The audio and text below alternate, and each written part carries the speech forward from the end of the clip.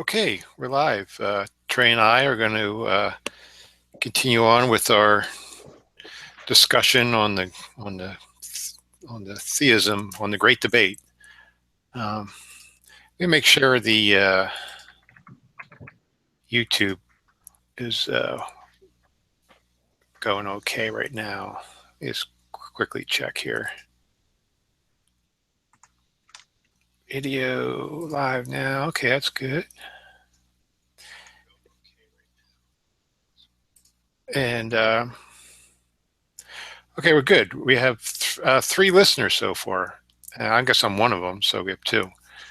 All right, great. All right, let's continue on. One thing that I always have a beef about is when you bring up the sanctity of existence. Now, I've heard a number of times the sanctity of life. Is that what you mean, or do you actually mean the sanctity of existence? No, I mean the sanctity of existence. That's a larger category because I think that even rocks are valuable, otherwise they wouldn't exist. Rocks are valuable. So when you say something's valuable, when I think of something that's value, it has value for something, some purpose, for some agent. It has value because it fulfills some sort of need, desire, or want. For example, a rock.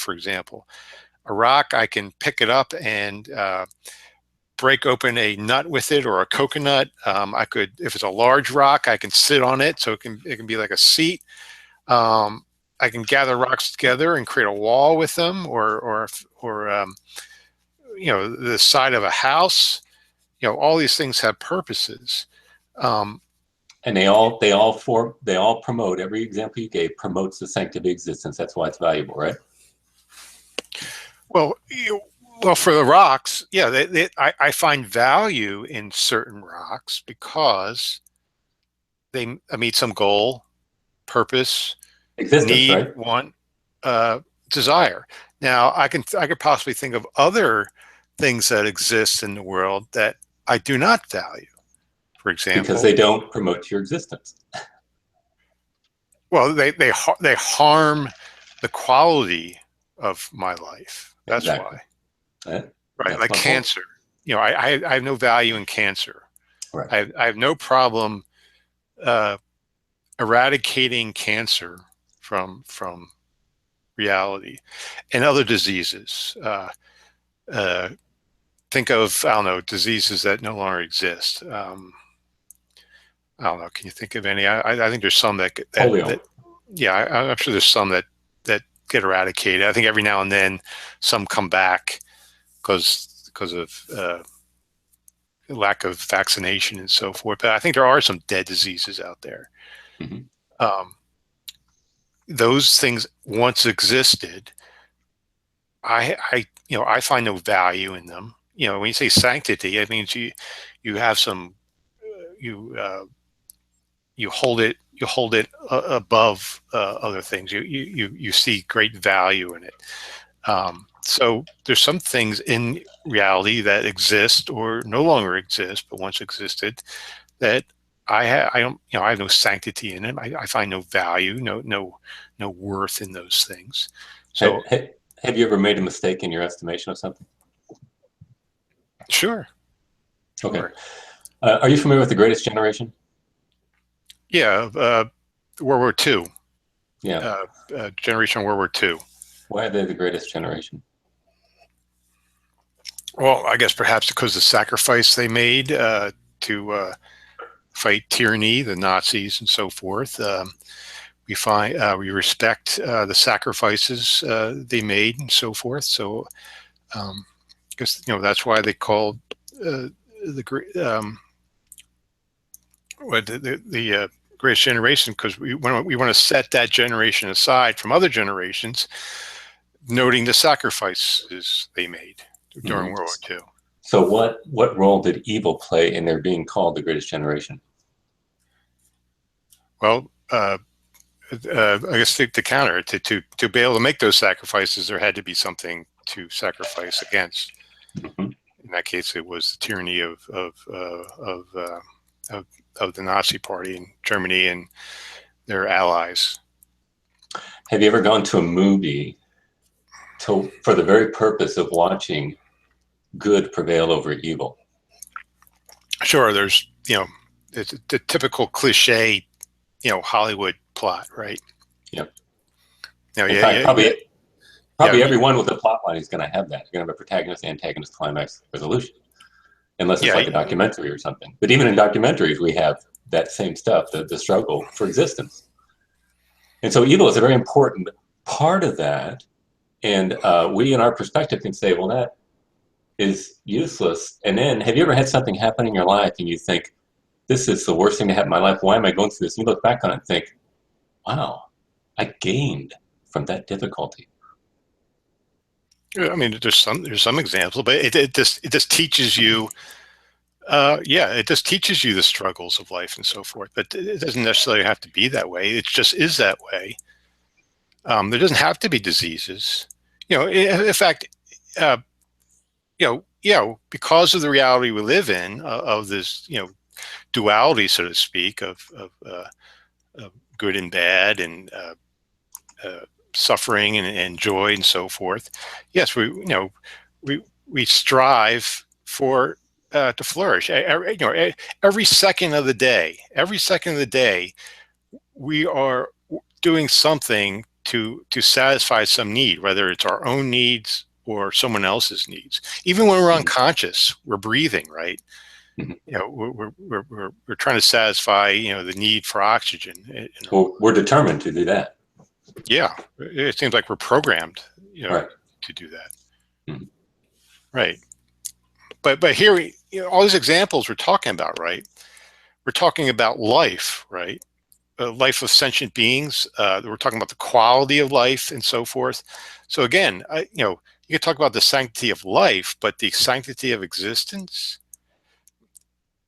Uh, I just, I just, if there was no sentient being, there would be nothing to value. There'd be no valuers to value anything. So I think again, say if all that existed were rocks, you brought up rocks, okay? If all that existed in the world were rocks, then would there be any sanctity of existence at that point? are those rocks contingent? Uh, they could be, or not. Oh, how It, could they not? it, How could they not be? it could be. It could be a case of those are eternal rocks. This is a, this is the issue, Floyd, where we've gone around and around, and you just can't seem to understand the idea of pure act and the necessity of not being acted upon if you are self-existent. Well, I've we can tried to explain it as many times as I can, and you just can't seem to grasp it. yeah we can switch over that if you want right now. No, no, no. I'm not meaning to jump it. I'm a wanderer. I'll just go wherever you lead me. I Okay, don't know. I'm like we can talk about distracted that all the time. next then, because that's one of the topics I do want to talk about. Okay. But again, well, yeah, maybe we could go to that. But again, if you have a universe with nothing but rocks, let's say it's a universe of 1 million rocks, or I Mm-hmm. don't know, let's say even a universe of 100 billion rocks, Okay. and that's probably a small number. Yeah, probably right. But let's just go with that 100 billion rocks. Um, is there any sanctity of existence? Yeah, okay, yeah, you have 100 billion rocks existing. They could be floating around space. They could be perfectly still, or they could be bouncing off of each other. Uh, So they're changing, they again, they could be sitting there still, or they could be moving all over the place, banging into each other. but they Um, are being acted upon each other. They are changing. They are moving through time. yeah, they could be. Yeah, I mean that's a possibility. Yeah, again, you could have a Well, then they're scenario that contingent. talk about. Well, you could say they're contingent on each other for their experience, No, just they're just two types of being. There's self-existence and there's contingent existence. There's no tertium quid or the third category. It's either one or the other. And if they're not self-existent, then they're dependent. Therefore, something had to value them to give them their ontology.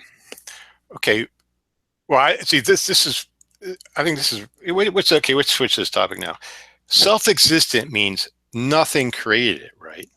It has always existed. It did not create itself. Right. It just always existed, right? Right.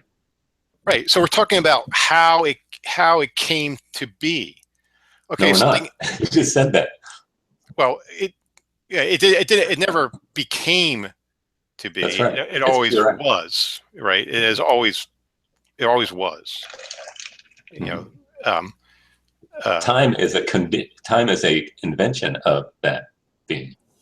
yeah. Well, you could still have a being that at time t1 it didn't exist, and then at time t2 it did exist, but I don't even think we need to go there. We can just say at all time, or Time began. So that's or not saying anything different. yeah, you could just say at every moment of time something has existed. But again, Yeah. uh, And we but experience time as change. yeah, but after that, something could act on upon it. It exists. It's self-existent. It exists. That's done and over with, so to No, speak. you just said it wasn't self-existent. No, no, I didn't. Oh, so just contingent existence is without any ontological necessity. In other words, becoming just is. There's no being. It already exists, and it could change. It could change once Okay, when something changes, it's dependent upon that which affects the change, right? not for its existence. Any existence, anything happen to it, if it can be acted upon, it is subject to whatever is bringing the action. Do you understand that? But what it's subject to is not responsible for its existence. That's something that's If acting it's upon it. subject to it, Did not create it. It did not create it. Floyd, Again, I don't know why you can't get this. It I seems so. understand why you can't get this. Okay, you have a self-existent being, right? Uh-huh. And then you could have it creates a bunch of kids, right? And those kids start shooting spitballs at it, Uh-huh. right? You would say, oh well, it's now contingent on the little kids, shooting spitballs at it. Is it wincing as the spitball hits it? Yeah, yeah. It's oh, this is irritating. These bratty little kids. These bratty little kids are hitting me with You spitballs. you cannot get out of anthropomorphism. It's just you just can't do it. You just can't say that self-existence must be like me. And you're contingent. No, It doesn't follow. it doesn't matter. It could be a self-existent rock. It doesn't matter. It doesn't matter what it is. It could be conscious. It could be a Okay. rock. It could be one-dimensional, two-dimensional, 10-dimensional. It could be a disembodied mind, or it could be made of matter. It's irrelevant. Okay. Well, whatever. I mean, we're not going to get anywhere. Once it exists, yeah, something could act upon it, but what's acting upon it is not responsible for its existence. It's just the only thing it's responsible for is what it's doing to that self-existent That's being, right. and nothing else. That's right. But you're saying it could be subject to that whichever is enacting upon it. But that's by definition it can't be. Why not? Because again, self-existent means to be subject is to be contingent. That's what the word means. To be contingent on its experience. Yes, in any way. It cannot be ontologically under anything. Being acted on. But again, that has nothing to do with it existing. Okay, so does that which is self-existence have potency when the spitball hits it?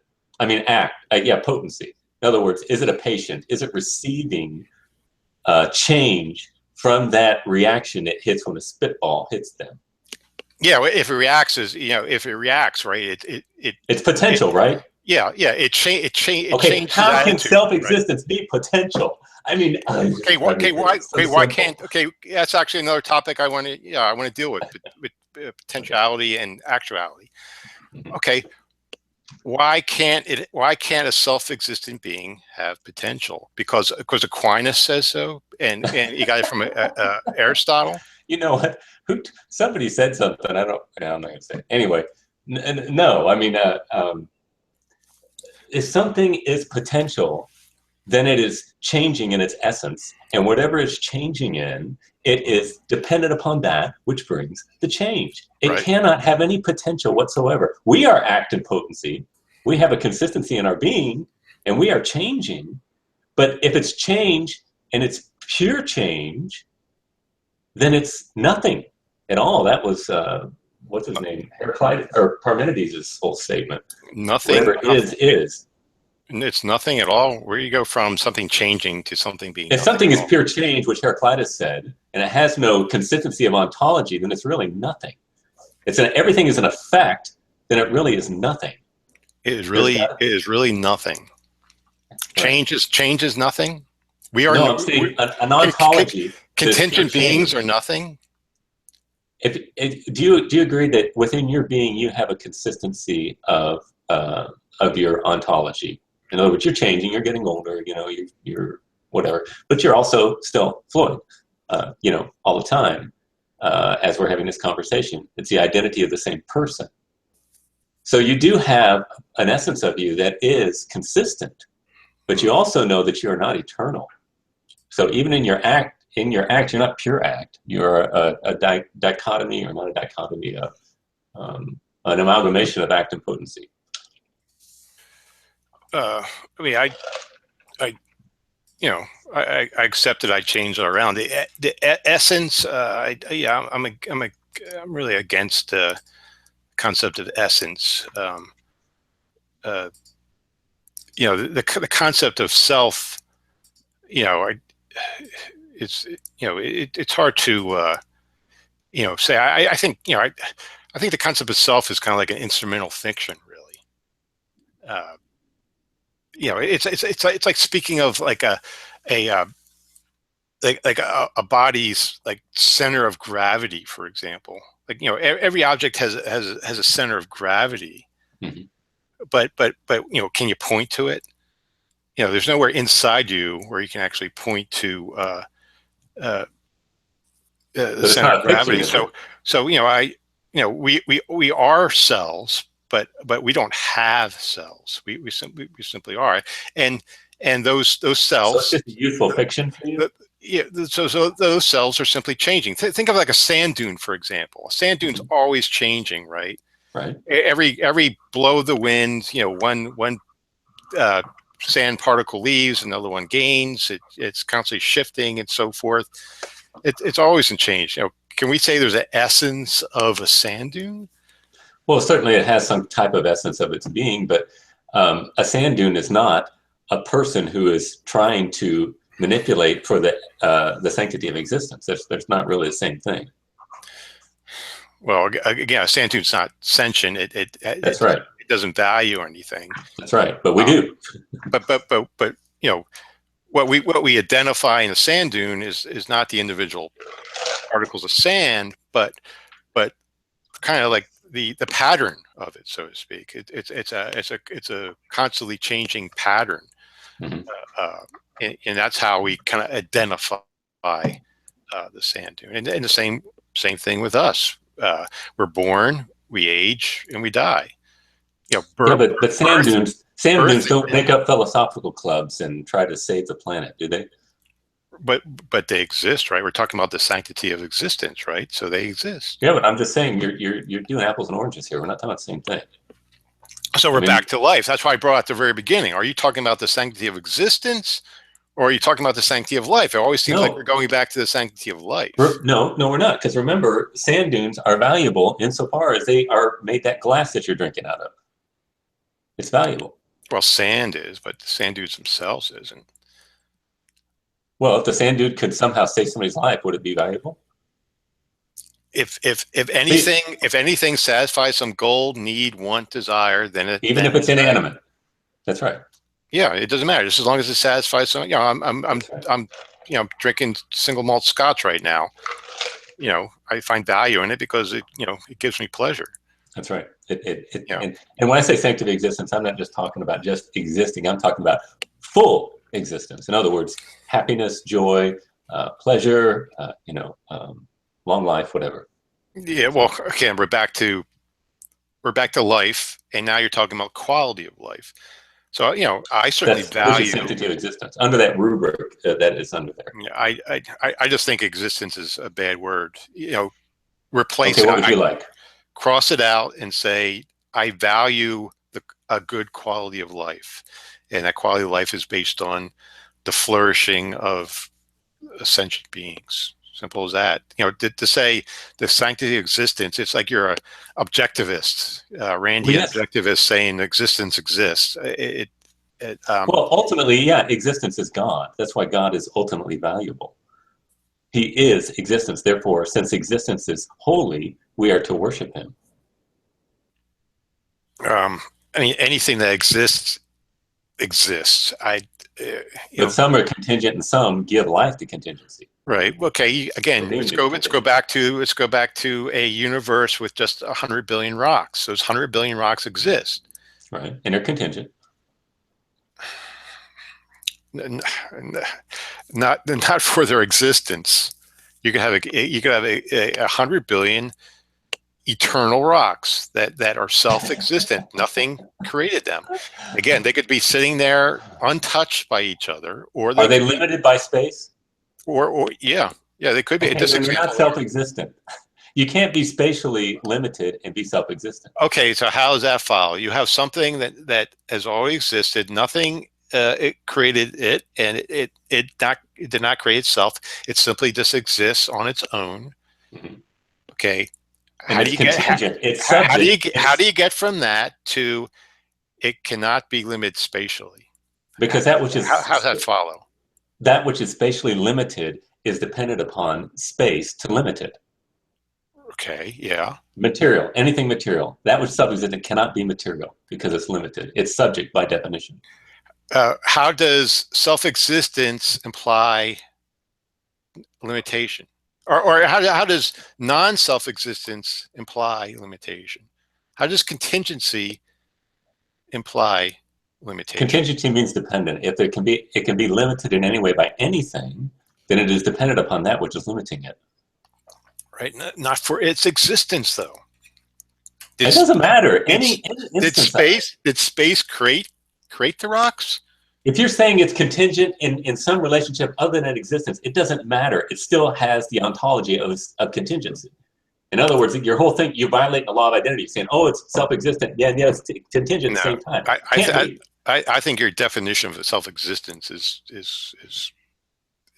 bloated. It has all these other characteristics which really doesn't apply in I don't, self-existence. no, I don't think, in all charity, Floyd, I don't think you know what you're talking about.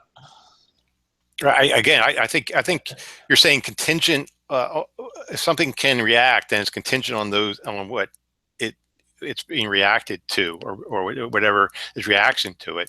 But again, whatever is the kids shooting the spitballs at it, for example.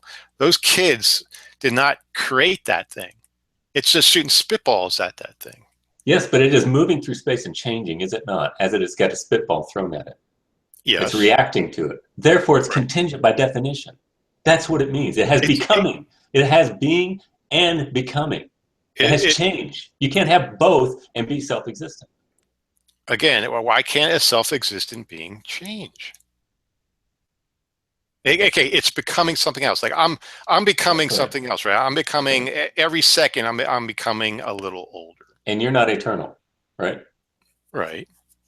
Okay. But That's the whole point. Potential is not eternal by definition. It happens.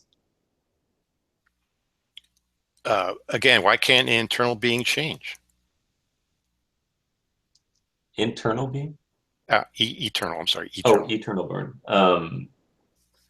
Because if it's eternal and it's changing, then it's not eternal.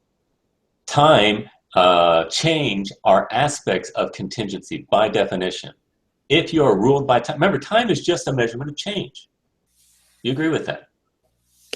I mean, that could be one definition of time. I'll Or go matter on. moving to motion, even change. That's what time is. It's just change. So if something is pure change without any consistent ontology, then it's really nothing. It's really nothing. Uh, Mhm. If you can't have pure change, there's got to be some kind of identity of it. And if you're going to be eternal, you can't have any change whatsoever because that change is an aspect of dependent existence by definition. I, by definition, I don't agree with that definition. That you're just making stuff up. You're throwing unnecessary, unwarranted attributes onto the term self-existent. Okay. Which move on from there. Okay. And you know, you basically bring up the God of philosophers. Um, my argument is that the Bible God, the Christian God, is not the God that you're talking about. That the God of Augustine, Aquinas, Anselm is not the God of Abraham, Isaac, and Jacob. Because in the Bible, you have a God that's reacting to humans, that is uh, that has potentiality, the potential to create, for example, the potential to act, to do miracles, and so forth. So I think the God of philosophers that comes from people like Aquinas and Aristotle and so forth is not the God that you worship uh, in the Bible, and we have a lot of examples in the Bible to support that claim. Uh, uh, for example, you have in Acts, for example, where Jesus says to Saul, Saul, Saul, why are you persecuting me? So here you have Jesus, God, reacting to actions of Saul. In Philippians, it talks about God. Uh, it says uh, Philippians 2:5-8. Have this in mind among yourself, which is yours in Christ Jesus, who, though he was in the form of God, uh, did not count equality with God a thing to be grasped, but emptied himself, taking the form of a servant, being born into the likeness of man. So, did he have the potential to take a form of a servant, being born in the likeness of man? Doesn't this God have potential? And in Acts 9:4, he says, Saul, Saul, why do you persecute me? Isn't he reacting to Saul's, who's a contingent being? Isn't he reacting to Saul? Okay, I'm going to say it here. Is he contingent on Saul? Yes. I'm going to say it here. JD was shooting off his mouth as he would want to do and saying, Floyd knows so much more about theology and philosophy. He's going to walk all over you. And I'm like, okay, whatever. Floyd, you don't know what you're talking about. Okay. In all charity, you don't have a clue. Jesus had how many natures? Two, supposedly. Okay. So what was one nature is divine. What is the other? Human, supposedly. Okay, now, can that human nature respond in a contingent fashion that came about in Mary's womb at the point of conception? It's becoming, right? It's happening, right? That's right. So your answer Right. to Acts chapter 9 is that Jesus in his humanity was being persecuted by Saul.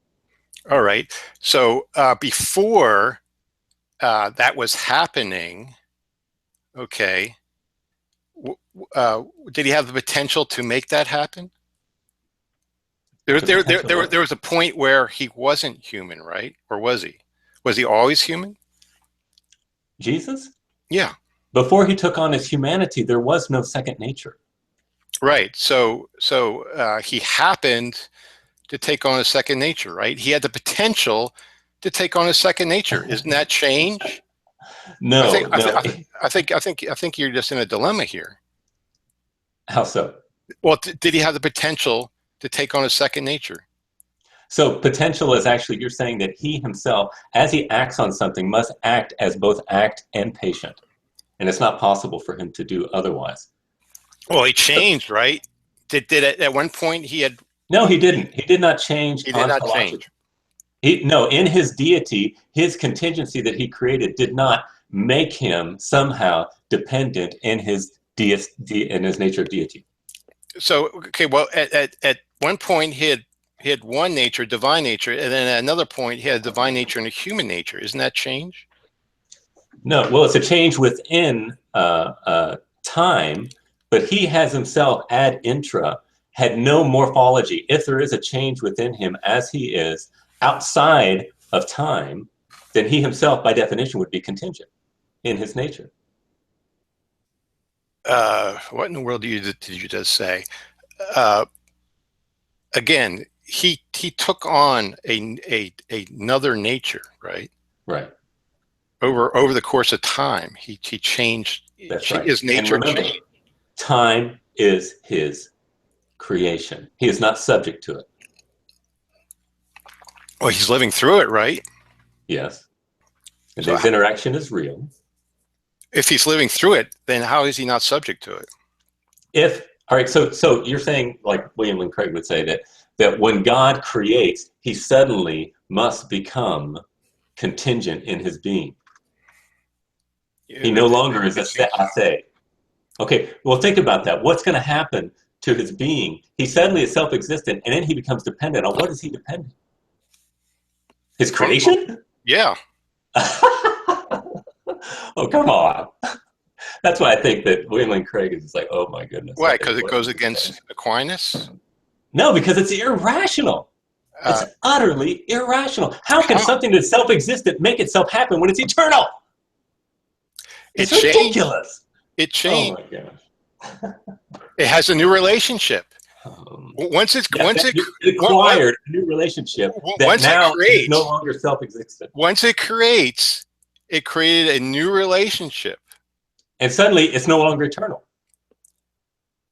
Well, it'll just keep on living, right? But it changed. No, it did not change. It affected a change, but it was not affected by change. It I don't see how it changed. It changed state. You have Jesus going from a divine state to a divine and human state. That's a change, and it's a change in his ontology. No, because you cannot have an eternal being somehow being dependent upon that which it creates.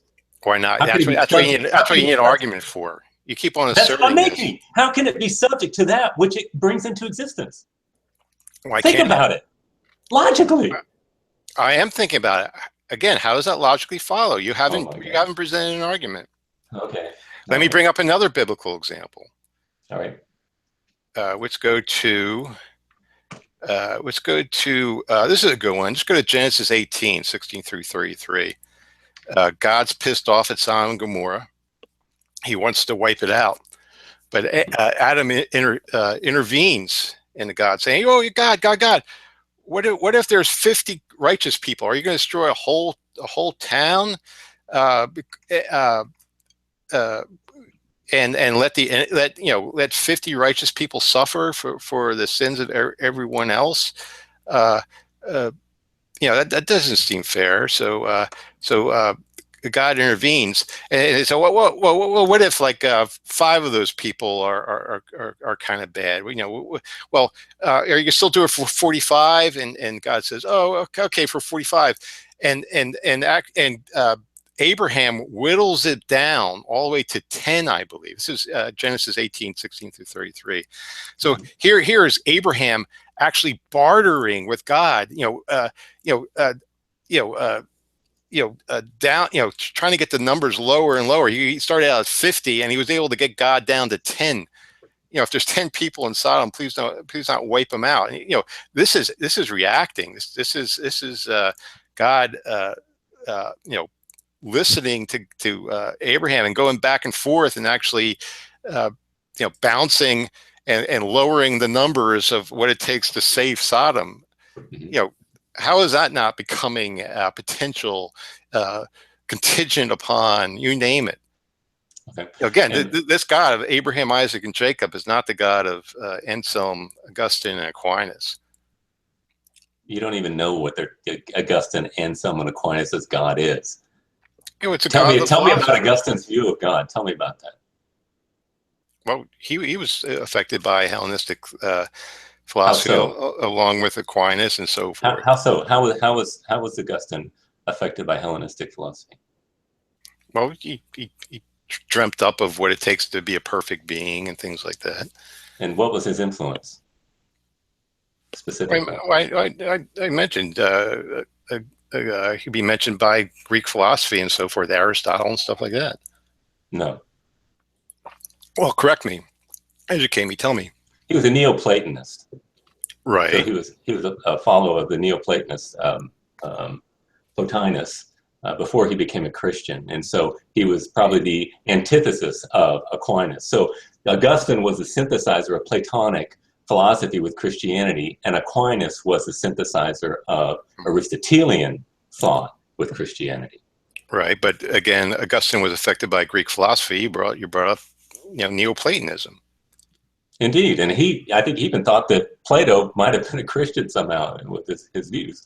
Um, so how is the God of Well, Augustine you have the not new the same God of Christianity? That's a good one there. I never heard you have that the one. New Testament itself uh, influenced by Hellenistic thought as well.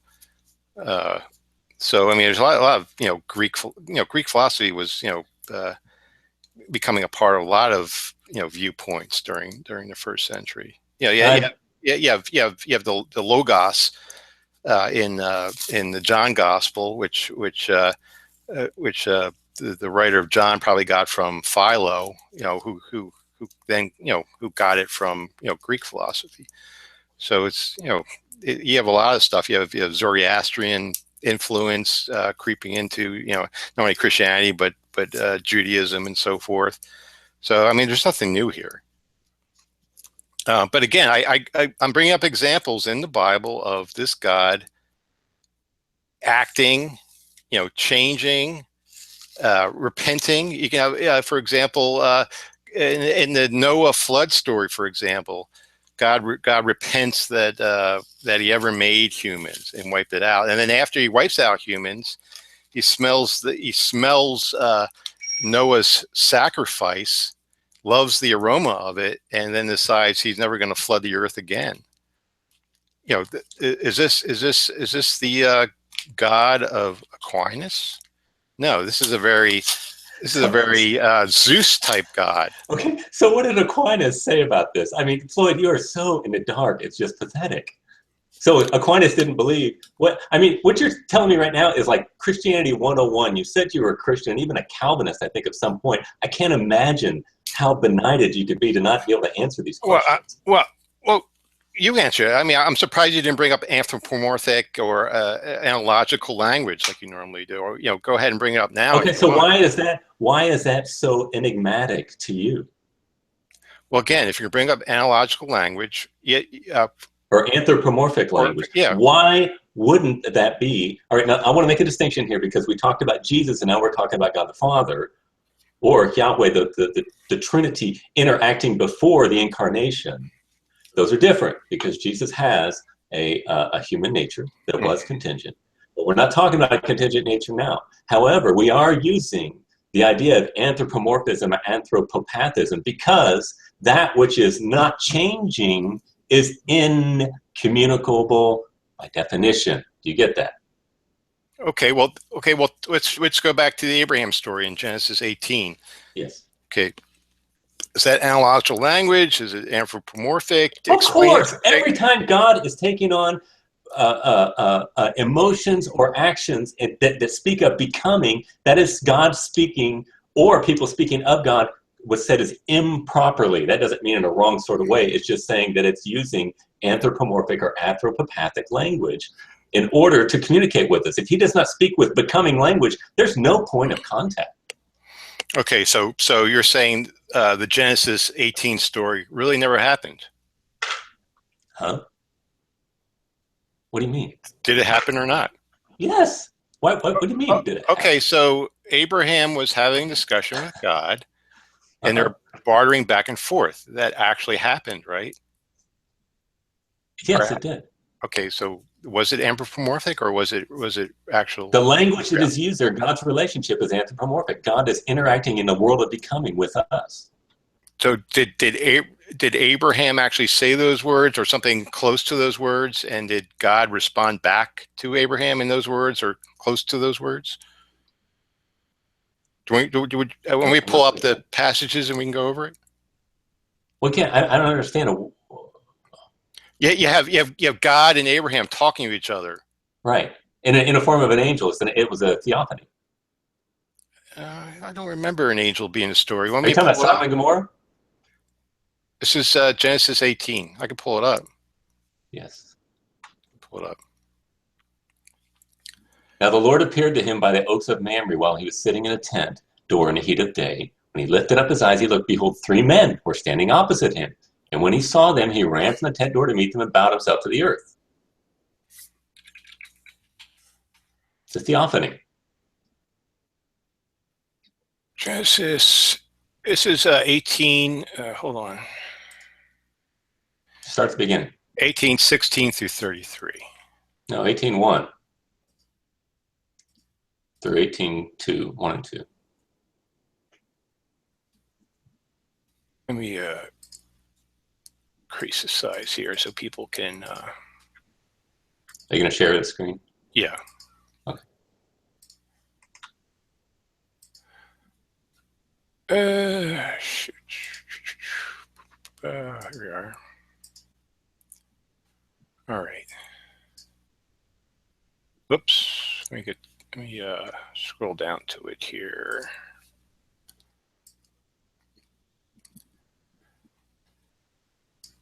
Okay. But if you want to know who he's talking to, you have to go back to 18:1 and 2. Start 1 or 1 and 2. Look up number 2 there. He lifted up his eyes and looked, and behold, 3 men stood in front of him. And he saw them, and he ran from the tent door to meet them and bowed himself to earth and said, "My Lord, if I have found favor in your sight, do not pass by your servant," so forth. Abraham hastened, okay, so forth. Okay, the Lord said, okay, now you have the Lord, you have Yahweh speaking to Abraham, right? Right. Right, so he's going back and forth. All right. Then the men set from there, and they looked towards Sodom. All right.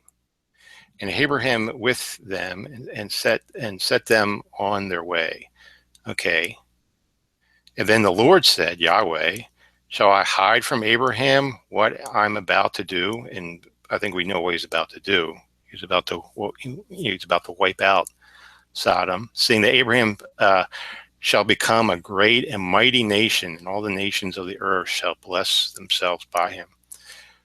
No, I have, for I have chosen him that he may charge his children and his household after him to keep the way of the Lord by doing righteousness and justice, so the Lord may bring to Abraham what he has promised. Okay, and then the Lord said, because the outcry against Sodom and Gomorrah is great, and their sin is grave, I will go down and see whether they have done altogether and according to the outcry which has come to me, and if not, I will know. So here he is. Here's a guy that's supposedly all-knowing that needs to find things out. Okay, I guess you think that's anthropomorphic. But anyway, let's go. So the men turned from there and went to Sodom, but Abraham still stood before the Lord. Okay, and then Abraham drew near and said, Wilt thou indeed destroy the righteous with the wicked? So and here he is, he's bartering with God. Suppose there are 50 righteous within the city. Wilt thou then destroy the place and not spare it for 50 righteous who are in it? And then it goes on. It says, and the Lord said, if I find at Sodom 50 righteous in the city, I will spare the whole place for their sake. And Abraham says, he goes on, says, suppose 5 of the 50 righteousness are lacking. So you have out of the 50, 5 of them aren't up to par. Will you still destroy them because of the lack of 50? And he said, I will not destroy them if I find it 45, therefore. So he went from 50 to 45, and this back and forth goes, keeps on going, and then he eventually he gets down to, suppose 20 are found.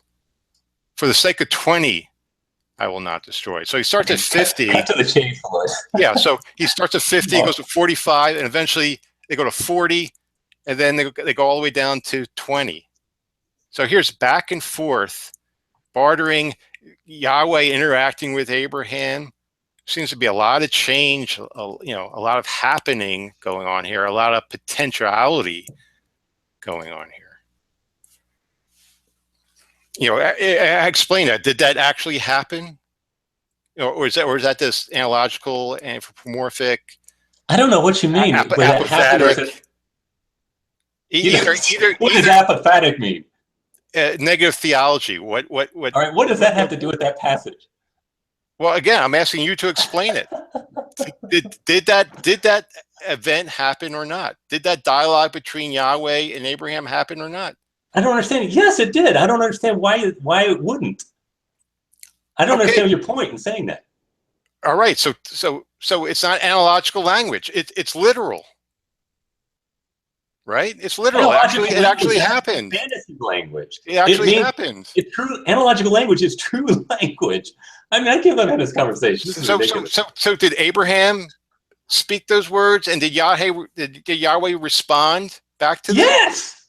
Okay. He came in the form of a man. What is so difficult? In the form of the man, the three men, quote, angels left, right? They're there. One of the angels is Yahweh.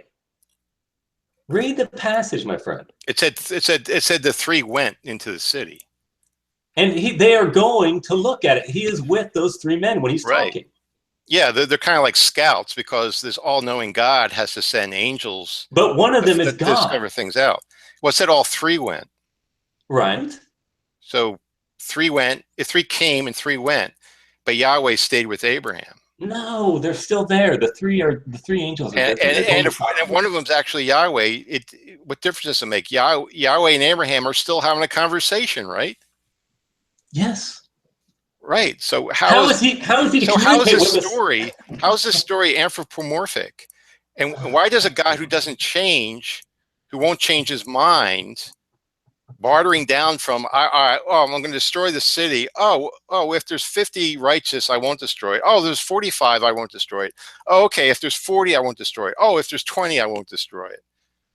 This back and forth, this changing of the conditions. Yes, that's the issue. These conditions are constantly changing here. Yet you have, supposedly the God of the philosophers here, who never changes. I don't know where you get this, that the God of the philosophers never changes. Would you source that, please? They were nothing but change. Oh, so you're okay. Well, no, you were saying all along self-existence doesn't change. I mean, Aristotle believes that all matter is eternal. I don't know where you're coming up with this somehow that I'm appealing to some Greek god or something and imposing Christianity upon it. If anything, you're trying to impose. Well, you seem to be opposing the God of Aquinas, right? That's what it seems to be getting your lot of theology from. Well, is the God of Aquinas not consistent with the God of the Bible? He's one of the greatest. He's probably the greatest theologian of the second millennium. Yes, that's exactly what I'm arguing. I'm arguing that it's not. I said that a number of times. I'll say it again. The God of Aquinas, Augustine, and Anselm is not the God of Abraham, Isaac, and Jacob. You are a gnat, my friend. I'm defending that position right now. I'm actually presenting an argument, and you're just laughing. Okay, whatever. All right, you want to talk about something else? This is really kind of. All right, let's move on to the next topic. Okay, we talked about sanctity of existence. We talked about self-existent entity. We talked about the Bible God being changeless and pure act. The only thing I've left on my list is your unintentionality, intending to what do you say? Intention into existence. Yeah. Essentially, I'm just saying you can't. You're in order to say that there's not a self-existent intender, you're having to violate the law of identity. You're having to say unintentionality is intentionality. That's the problem. It's a violation of identity. All right. So my response to that is you can have an evolution of states. You have state one, where you have unintentionality, and then there's change, where now the change, you have a being with intentions. For example, that's just a magic story. When you have a chemical reaction occur, right? Mm-hmm. Did those chemicals intend to do those things? No, because chemicals are not intentional. That's the whole point. They're Right. unintentional. Right. So you had something that reacted just by deterministic causes, right? So it's determined.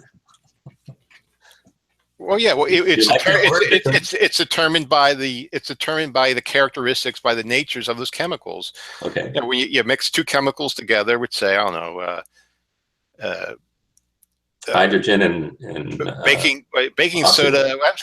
What causes the thing? You mix baking soda with soda or something, and it with vinegar. Yeah. with vinegar, and it fizzes all over the place or something. Hmm. Right. Yeah, that's determined by the nature of those two chemicals. Hmm. Right. And so value is therefore determined, right? Value. By definition. Yeah, it would be determined by the nature, the characteristics Determination. of those beings. Right. And you wouldn't have value unless you have sentience, right? And perhaps you wouldn't have sentience if you didn't have desire.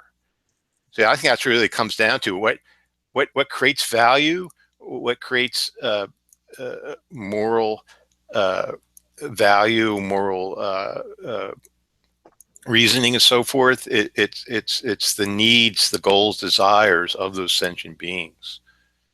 Now, All right, that's just a just so story. sentience. You're saying it's already there. You mean The you define it by what's already there. well, no, sentience, desire, and so forth could evolve slowly, and we have scientific backing to back this up. What? Oh, yeah, we do. We observe this all the time.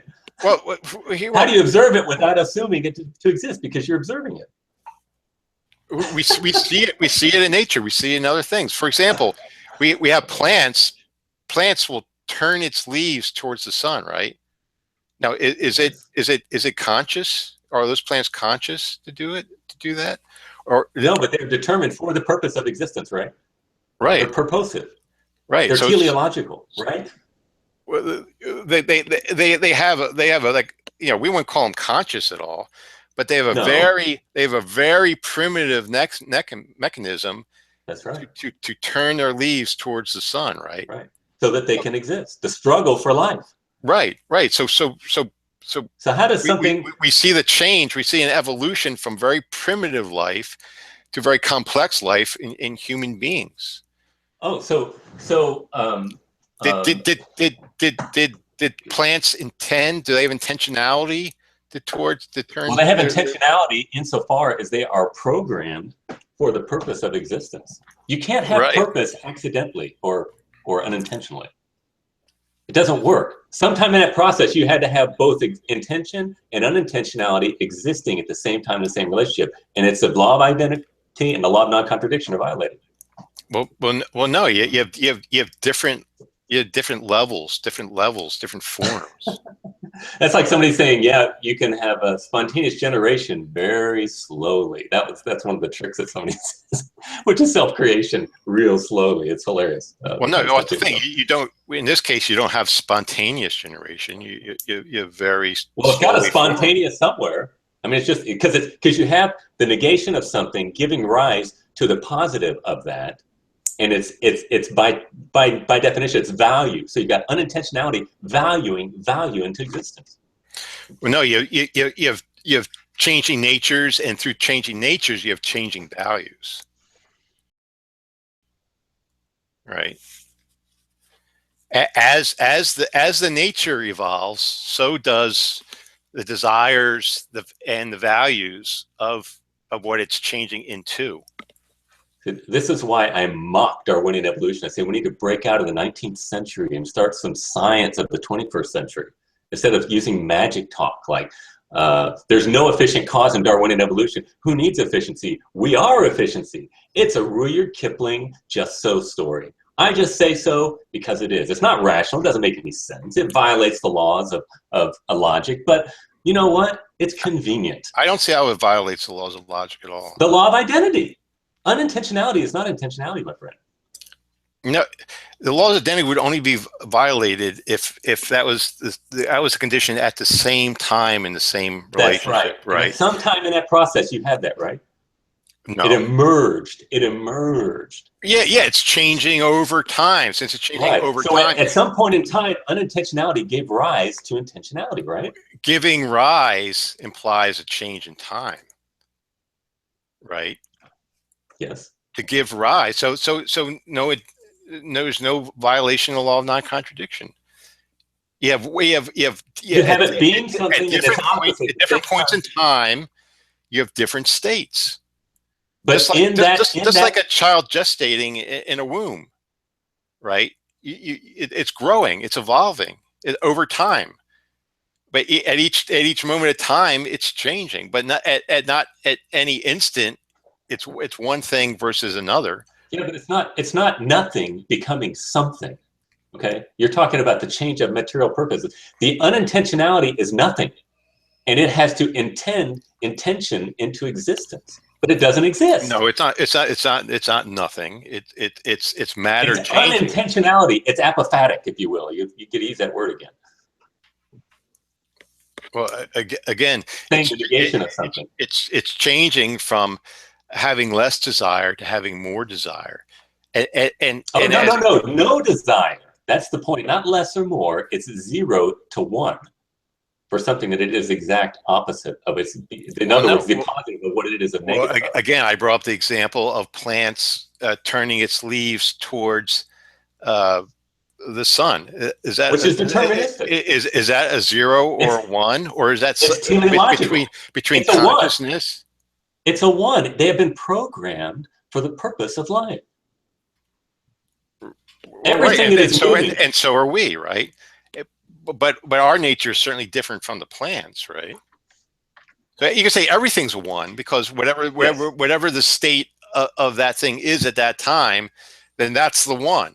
But when it Well, changes, you have a new one, so to well, speak. I wouldn't say like rocks are within that. Um, or within that. Or rocks aren't sentient, so that's the thing. I think the real mystery behind this is where desire comes from. When what caused that first amoeba to squirm over to surround a little piece of pollen or something for nutrients. If science can solve that, I think we'll have a better handle on where like consciousness and so forth comes from. All right, can I share? I think it's Can I share a centered. I screen think it's real quick? centered on desire. Can I share a screen real quick? Sure. Okay. Is it sharing yet? Yeah, I have YouTube. I see. Have you seen this? Here, let me present you there one.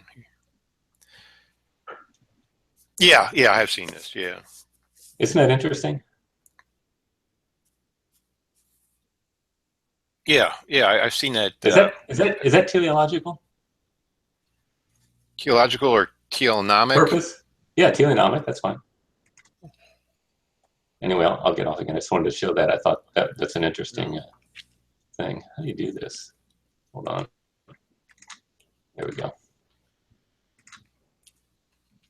Well, I whiteboxed you. Oh, I'm sorry. I got to tell it to stop sharing. There we go. Okay. Yeah. Okay. Anyway, I just want to share that. That was it's a fun little thing. Alrighty. All right. I think. Well, if you want to keep on going, I hit all the topics. I don't know if you want to come up with any topics. No, I'd like to maybe shut it down because I've got to see that load of laundry back there, and I got to get some stuff ready for church tomorrow. We always eat lunch together at church. I got to make lunch for tomorrow, and I got a bunch of chores I need to do before I go to bed. All right. You look good with the beard. Keep the beard. Thanks. Should I grow it? I grew it a little too long last year. I probably won't grow it that long. Yeah, but yeah, no, you look better with the beard. Okay. Yeah, I'll invite more people in. But yeah, if you want to go, you can go. I guess I'll just invite more people. And if here's what I'll do, I'll leave it on the background. If you guys want me to come in or something, I might come in. I might be folding clothes as I do it or something. But I'll jump out now, and then you guys can chat if you want or whatever. Yeah, sure. Okay. I'll invite more people in. But yeah, thanks a lot. It looks like Okay. We had a decent chat, I thought. No, I appreciate it, Floyd. It's good talking to you. All right. Okay. Take All care. right, we'll see you. Bye.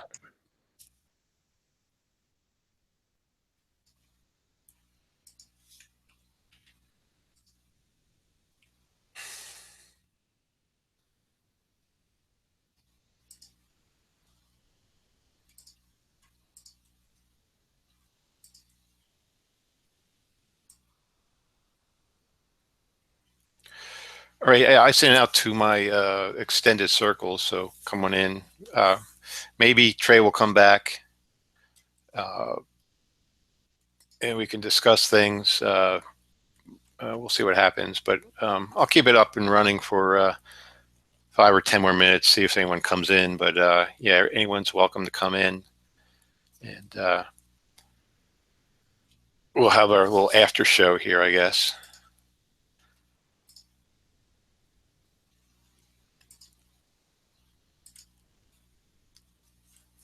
So we see we have 32 people watching. So anyone watching and anyone in side chat here, feel free to come in if you want to have an after show here.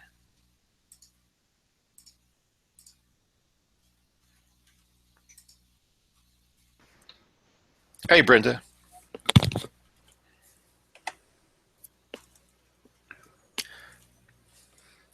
Brenda, you were on Bert Poole's hangout with Scott Clifton earlier, Yeah, weren't you? yeah, I was. Okay. It seemed a pretty contentious discussion with Trey just now. Yeah, I don't know. Yeah, I guess I didn't get farther with him. This whole we we have this argument over what self-existent means. As far as I know, self-existence means that nothing created it did not create itself. It just exists on its own. But then he throws in, oh well, this self-existent implies changeless, it implies pure act, it implies no limitations. Uh, It lets what? him smuggle in a lot of concepts that he needs in order to argue for the existence of God. Yeah, He smuggles them in by way of self-existence and a number of other and contingency and all those other things. yeah. Where does he get that? I don't get it at all.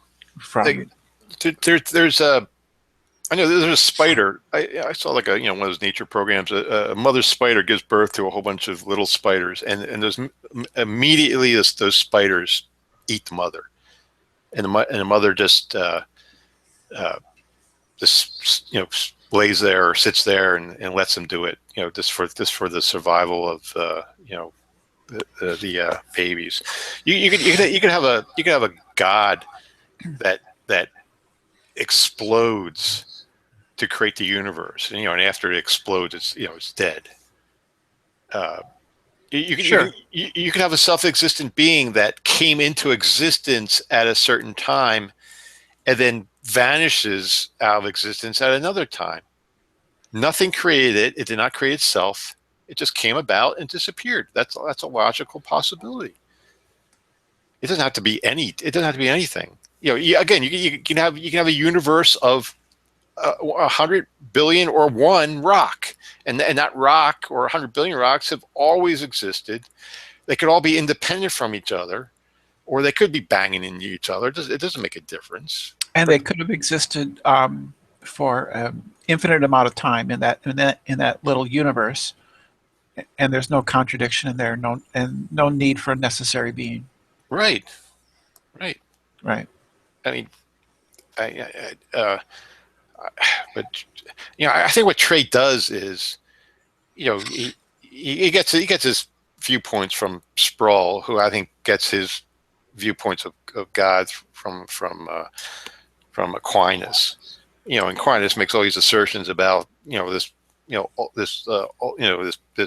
greatest being ever conceived, this ultimate perfection and pure act and all this stuff, and he said, oh well, this is how it has to be. And anything that contradicts my vision of God violates the law of non-contradiction. No, it just violates your concept of God. That's all.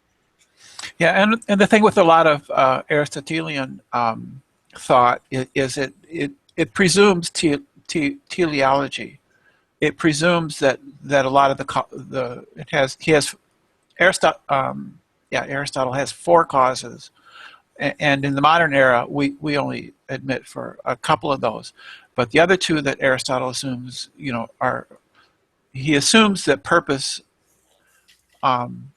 is a cause, and that's also how he is able to argue for the existence of a God, because Trey argues that everything has a purpose, and that this is a fundamental cause. It's a fundamental fact of the universe, and we no longer believe in that. We don't believe um, in the physics of Aristotle because it simply didn't work, Yeah. and it was unnecessary for us to assume that Aristotle, for instance, believed that a rock, an object in motion, needed something to keep pushing it in order to perpetuate its motion, and the modern physics, which pretty much began with Newton, simply makes a different assumption, which is that an object in motion will keep moving and does not need any external force to keep it moving,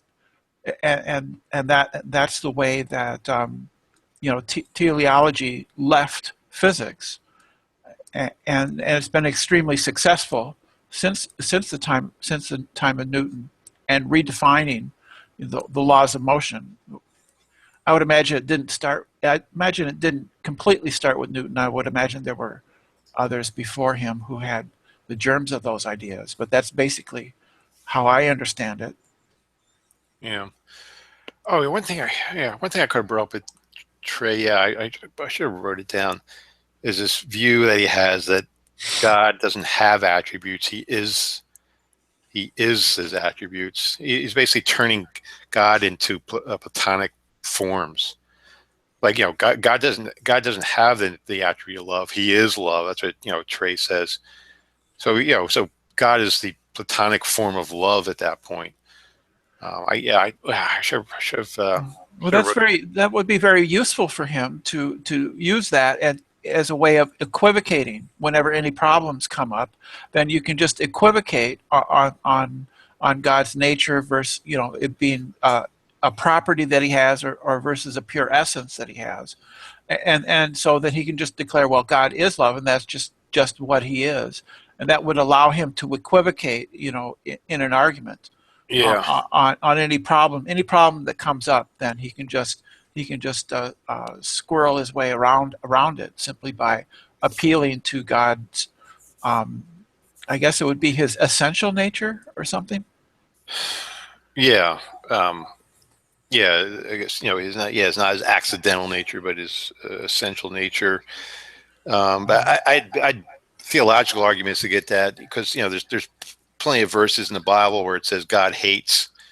Like in Romans 9, it says he hates some and loves others, and also in the Old Testament, he says he hates certain sinners and so forth. How does love hate? Talk about the violating the law of non-contradiction. I think that's an example there. If you say God is love, and you have love hating, is not a violation of law of non-contradiction? I'm sure Trey would say, "Oh, that's just analogical, anthropomorphic." Well, no. If God is love, and he's pure act, then he's pure love. How can pure love have any hate at all? It's not pure love at that point. It would be something else. It would be something else. I think the usual apologetic against that is to say that hate is not the opposite of love. Indifference is the opposite of love. But hate is certainly an emotion, and and it certainly is an opposition to something or to somebody, rather than being for something or somebody. I mean, Yeah, if God hates a person, you are against that person. You're going to exterminate them in a flood. That's not love. It might be something else, but it's not love. yeah. The simplistic argument is, God is love, which is like First John, found First John. Uh, Love is not jealous, which is in 1 Corinthians 13. True. Yet in the Old Testament, it says God is jealous. In fact, his name is jealous. God is a jealous God. Yeah. Yeah.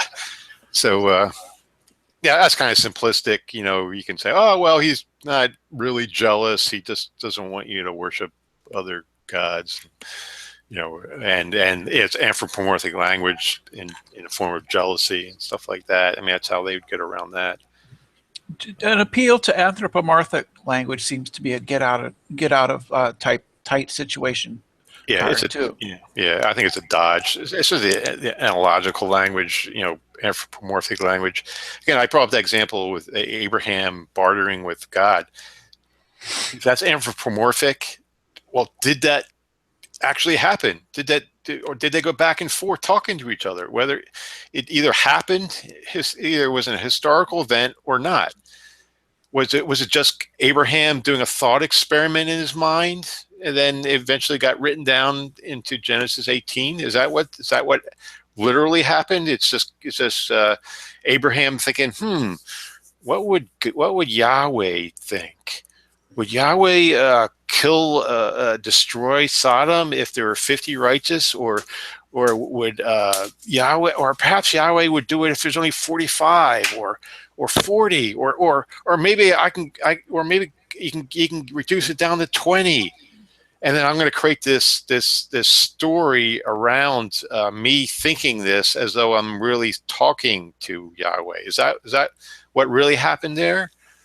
Uh, Well, I think what actually happened in history might have been that there were people bringing up objections to the authoritarian God of the past, and pointing out that God was sometimes unfair and punished the just along with the unjust, and that this was a sort of a lawyerly response by the writer of that book, whatever, by the priest, by the system of priests who existed, is sort of a lawyerly response to objections yeah. to the harsh conception of God. I think that would be a sort of history of what might have actually happened. Yeah. You, There was a concept that back then God acted on the group. It was a collective whole that God's acted on. So well, he punished the nation, and the king of the nation was kind of part of the nation and so forth. So if the king sinned, the whole nation suffered, and there's actually kind of truth in that. If since the king has influence over the nation, if he does screw up, it will affect the entire nation. But and sins of the father are often visited on the children in the Old Testament. right. I mean, how many generations is it? Seven generations. They like the number seven. Yeah, and of course elsewhere So it said the sins of the father won't be affected by the sin. Won't affect the son. But then you have another passage that says up to this yeah, generation. You know, yes, it does. but then by the Yes, time it does. you get time to get to the New Testament, it's very individualistic. Salvation in the Old Testament is not individual salvation; it's salvation for the entire country. If you keep my covenant, your nation will flourish. There's no concept of being saved in the afterlife or going to heaven or stuff like that. But by the time we get to the New Testament, it's individual Well, salvation. that would make sense for a very small tribe of people who are scratching out of an existence in a difficult world. Your consciousness would be oriented towards the survival of the tribe, because those are the people who are going to ensure that you survive, and your so that would have sort of a mindset that it's the tribe that counts, and it's the survival of the tribe that counts. And perhaps, and then later on in the times of the New Testament, we have invasion by the Romans and stuff, and perhaps the I'm not an expert on anything, but I would guess, I imagine that there was a lot of fracturing of tribal connections, and perhaps it encouraged more individualistic concerns, and a mindset that was more individualistic, because they were just individual Jews in the within the Roman Empire. Yeah, yeah. I mean, it was, and yeah, I mean, things were getting more cosmopolitan. You didn't have these Yes, isolated tribes. Yeah, at the yeah. time, you had more diaspora Jews than actual Jews living in Judea. So there's a lot of commerce going on, a lot of travel. There were more Greek-speaking Jews than there were Aramaic-speaking Jews, and Hebrew is pretty much a unused language. It's just kept along for tradition. And the Jews in Judea were speaking Aramaic, right? They weren't really speaking Hebrew. It was just a ancient language, which isn't radically different than Aramaic. I don't know anything about the languages, that's for sure.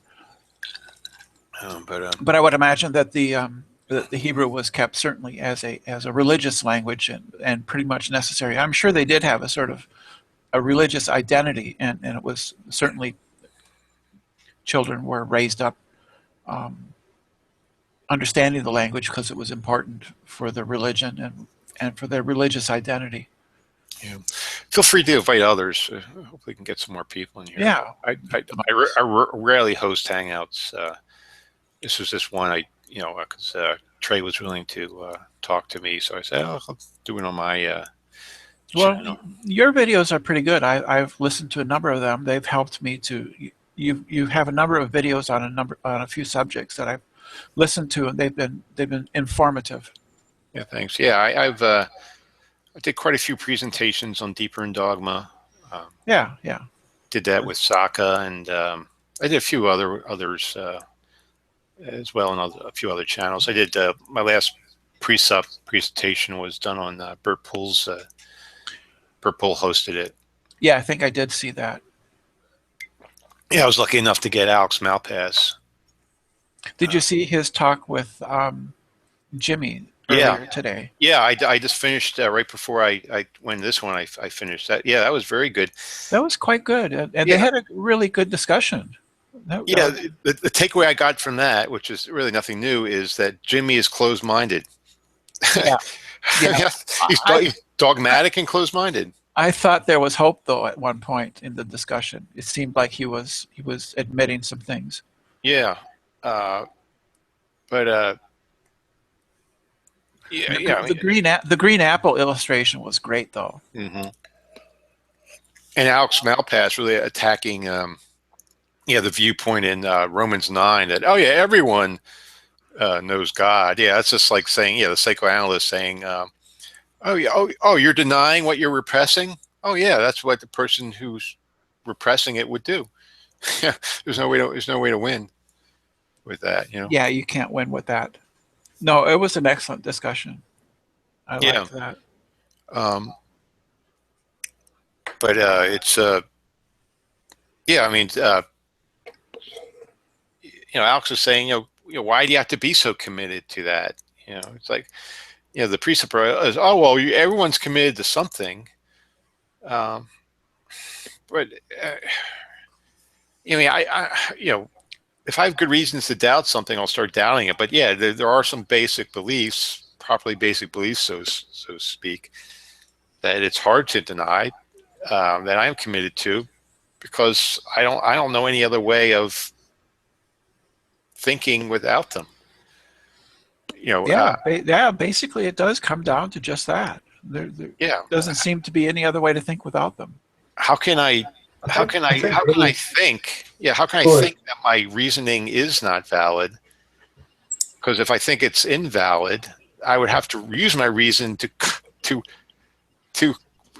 come to that conclusion. Yeah. And Ozymandias has a video on that, defending reason, where he just says, well, it is a presupposition, and we just have to go with that, because we can't use our reason to justify our reason. We just use our reason, and that's just what we have to do. Yeah. I was about to say, can you hear me, Floyd? Yeah. Yeah. Yeah. Right. We all start off in life with a basic set of facts. Those facts are taught to us by, mostly our parents and the school and the people we grow up with.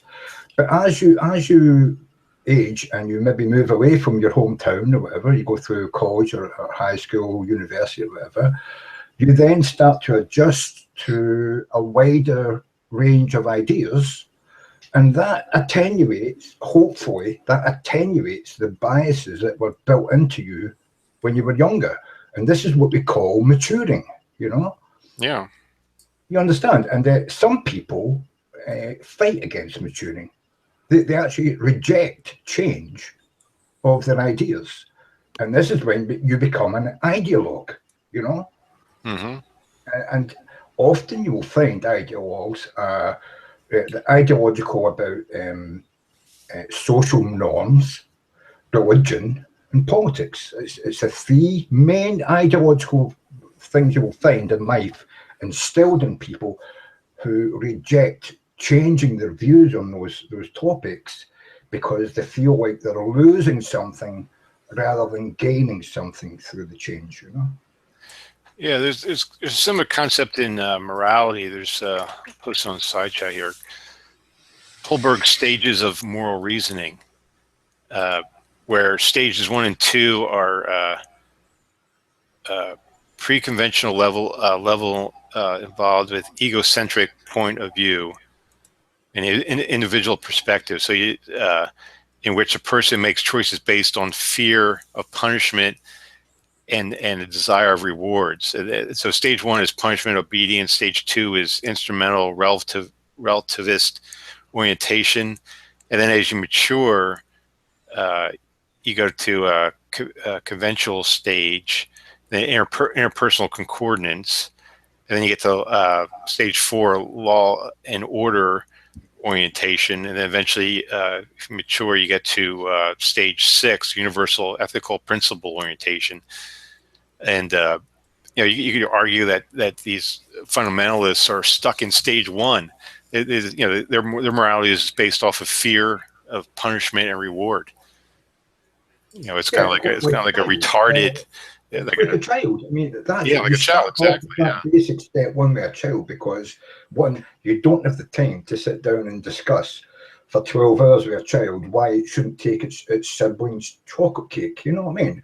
So you have to lay down the laws, and the child, at first, it fears you and it loves you at the same time.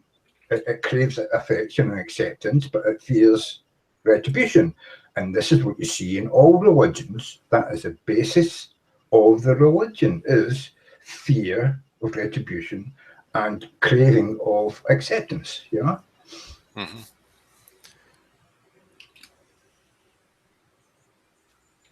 Feel free to invite others,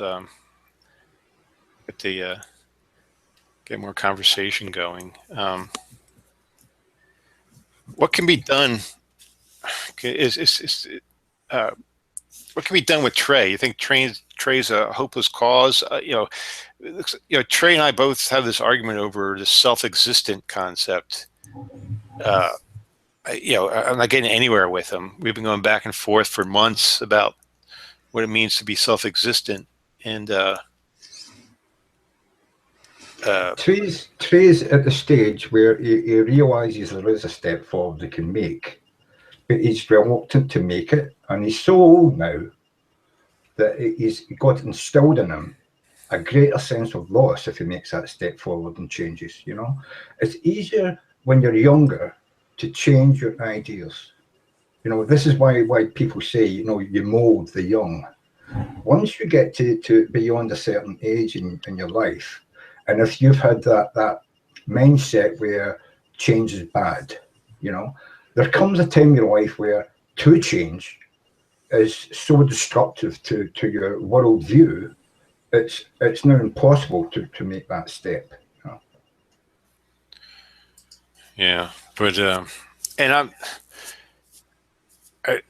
I'd like someone to explain to me.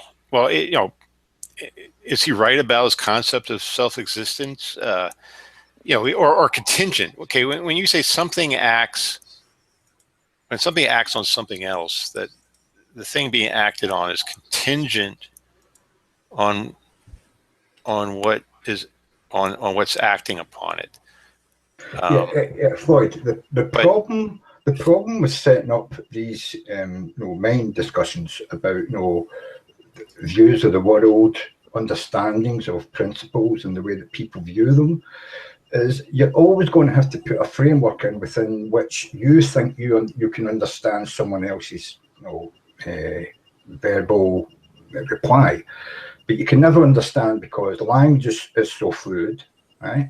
And the fact that some people refuse to fit the reply within the box you've described, and therefore they will turn and say that's a straw man argument. It's a most used phrase when you get into when you first get into a new conversation with people. That's a straw man argument, because they don't want to accept the framework that you're setting up to try and discuss something within, and so you have to spend a long time finding out verbally how people view the world. Because sometimes the word they will use to describe an idea isn't exactly the words that you would use, and you have to chip each other's edges off until you can come to a sort of understanding of what a reply means. So if you watch movies where people meet aliens and have to try and decipher their language, that's what they come down to. They start to talk about language, and then they will express to you, language is a very difficult thing. You might think you understand what the reply is to your question, but have you even thought whether the person understands the question? And if they haven't understood your question, the reply is going to be wrong, no matter how you interpret it. Yeah, I mean, that's why you have to really spend time to dissect these terms that he's using. Yeah, that's why you brought up the sanctity of existence. I said, well, do you mean the sanctity of life or existence in general? And he said in existence in general. So we started talking about rocks, and then we started talking about values. But the minute you start talking about values, you're talking about life at that point, not general existence. And then I noticed we flip-flop back and forth from general existence to life. And I said, Trey, you got to stop doing that. Are we just talking about life or existence? And you agreed at the beginning, we're just talking about existence. So if you just have a universe full of rocks, what value, are we talking about then? Compared to another rock, yeah, they use these. This is what I'm trying to say. When you get into conversation with older religious people who are intransigent, and they use these words, in order to deflect from not going into a part of a conversation that they're comfortable in, because they don't know the answers, and they are scared to admit that they don't know, because they keep telling you all the answers are in the Bible, Mm-hmm. So they're supposed to know all the answers, and you should be able to catch them out. Therefore, they use the large, wide brushstroke, words, in order to deflect from answering specifically a question. And these words don't mean anything unless they defined what they think that what they mean that word means. You know what I mean? Yeah. But I don't know. I thought the conversation was, I guess, a little bit more civil and a little bit more constructive, perhaps. Although he did laugh at me a few times, but it wasn't a big deal. He got pretty angry at a couple of points. He's been a little irritated at people lately. Well, yeah. I mean, I think. Well, I think people are having good arguments against him, or it gets to a point where where you start to understand his terms, you start to understand his language. I think that's the biggest challenge. These people come in with their own language and their own set of esoteric terminology, and you kind of think you know what they mean, but you don't. You really got to ask some questions of what they mean, or read the books that influence them. Well, it's not just that. I mean, as I say, they use these words as a blanket get-out clause, so they don't have to specifically answer a particular part of a conversation. And if you recorded all your conversations with Trey, I think you would find he would use this word sanctity in different places to mean different things. Yeah. You understand what I'm saying? It doesn't mean the same thing every time he uses it, Yeah, I mean, I was gonna really drill down to what sanctity means. If you just Google the definition of it, talks about being holy and stuff like that. So, well, I'm not religious, so the concept of holiness doesn't apply to me. So, but there's other definitions that I think we both agreed with. Just something that you find great value in. that, something that you respect and you cherish. If Well, you if had I if you had like a great house, you would buy homeowners insurance for it. You would keep it nice because it's very important to you.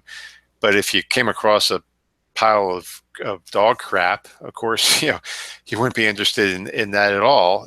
So you can understand the value, the respect, and sanctity of a great home over a pile of dung. well, he should meet a Buddhist then. Yeah, he tried to. The spirit of the Buddha is in the pile of dung. I think Yeah. that some Buddhist philosophers have actually Yeah. said that. Well, Trey. Well, not only that, Buddhism, I mean, they worship the dung because it was made by something that has life, and so there's value in everything, Yeah. But even Buddhists will describe a different level of value to the animal that produced the dung and the dung. I suppose. But I don't know if he would consider the sanctity of life if I look up at the night sky and I look up at the beauty of the stars and the things that I can see and I have a great deal of admiration and a sense of awe and wonder at the natural world. I don't know if that's the sanctity of existence in his lexicon or not. Yeah, he tried to bring up the example of for there to be goodness, for there to be joy, there has to be suffering and evil. Don't know if that's true. Yeah, it's like, well, you wouldn't appreciate the good. I think this is what like the free will defense of the problem of suffering. Well, you wouldn't know what good was unless there was evil. But I mean, that's just the world we live in. It's like, okay, is there suffering in heaven? Okay, no. Is there free will in heaven? I guess some would argue yes or no, but a lot of people would argue yes. Okay, so there's a possible world where there's no suffering, where there's no evil, and there's free will, and it's paradise. So if you believe in that, then it's possible to have those things. So suffering and evil is not necessary at that point. Well, don't they say that when you're in heaven, you can look down upon those who are suffering in hell, and you can take and in the Bible it says you can take pleasure at noting that so and so is suffering and in hell, and you're here in heaven. Yeah, some of the early church fathers had that concept, like Tertullian. Yeah, but I don't think that's written in the Bible. I don't think there's any mention in the Bible of being able to look down when you're dead. Okay. And take pleasure in the suffering of people you don't like. I don't think there's any mention of that in the Bible. These are human concepts which we take as writ, because so many people who believe in the Bible talk about them. But nobody knows God's mind. So how the hell can you know what heaven is? You know what I mean? I mean, these are all facile, want to believe in ideas that people who have these ideas of a heaven want to use to encourage you to fear dying without going there. Yeah. Some of the early church fathers and some Christians today, believe they actually would take delight in watching the sinners suffering in hell. The concept, they're munching on popcorn as they watch, the imps stabbing people with pitchforks. That particular joy in other people's suffering is talked about in the Bible, and it's a sin. So sin exists in heaven if you're sitting there eating popcorn watching people suffer. Yeah. Well, I don't know. An eternity in heaven, I think I would start looking at hell as being the only entertainment around that was any interesting. Yeah, and I heard some people say, because there's like a vague verse in the Book of Revelation that says like God would wipe away any bad memory. So basically, God does like a spiritual lobotomy and wipes out any bad memory. So if you had relatives burning in hell, God would erase the memory of those relatives out of your mind, so you wouldn't think about them anymore. Or how nice of God. He are you anymore? He's basically just just changing you into a completely different person. That's not you anymore. In fact, No, it can't be you. Say you're a child, say you were born 400 years ago and you had a child that died in childbirth, right? Well, back then, they didn't at that time consider it had a soul. We might think now that, Christians have always believed that, babies had souls. But 400 or 500 years ago, people didn't believe that children had a soul until they were old enough for you to name them. You know what I mean? Basically. Really? Yeah. I mean, there's like an age of accountability, I think, Yeah, that had to reach the age of reason, they called it. I think it was about 7 years old. You know what I mean? But that's probably different in different countries over the last few centuries. It has changed gradually. This is the thing that you've got to comprehend.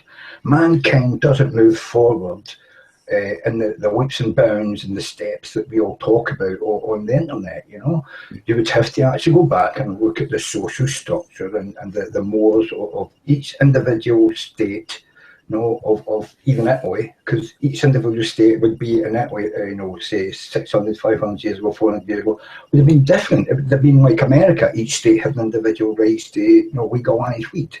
They all had certain different concepts of what law was, what morals were, and the person who was in charge of that state, they controlled the power of the law, and they normally bowed to the church, but some of them controlled the church rather than the other way about.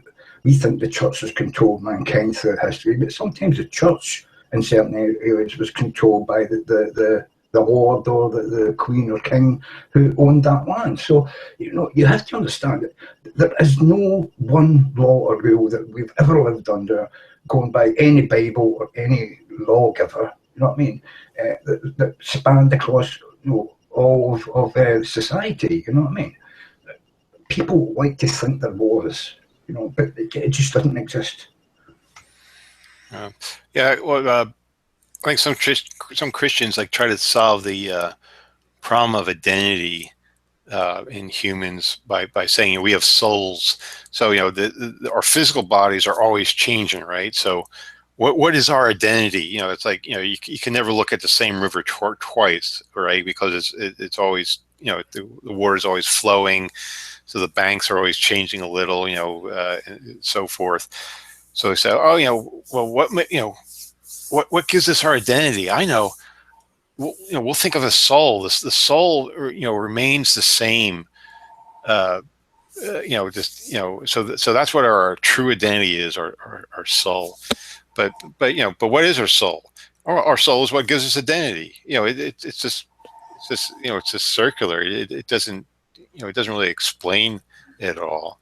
Yeah, but I don't think that's even true. I mean, if you look at America today, a Muslim's soul doesn't matter. In fact, they're soulless. They're the terrorists. They're the people who are coming to kill you in your homes. You know what I mean? Only Christians have souls in America today, and it's going to get worse under this new administration that's coming in. This is just my view as a British person. But I live in the UK. Scotland has completely different laws from England, even though we've been in a union for 300 or 400 years. You know what I mean? The world doesn't live under one blanket. Everybody believes the same thing. It never has done, and it never will. You know what I mean? Yeah, but the notion of a soul, it doesn't. It's not an account of a self, of an I. It's just a metaphysical term for the I, for the self. It doesn't explain anything. Well, is that different than the mind? Because usually the mind is with some people, not for me, but it's taken that we have a body and a soul, and the soul is what does the thinking. It contains the mind. But there's other people that say, well, we have a body, a soul, and then a mind, and the body and the mind and the soul are both immaterial but separate.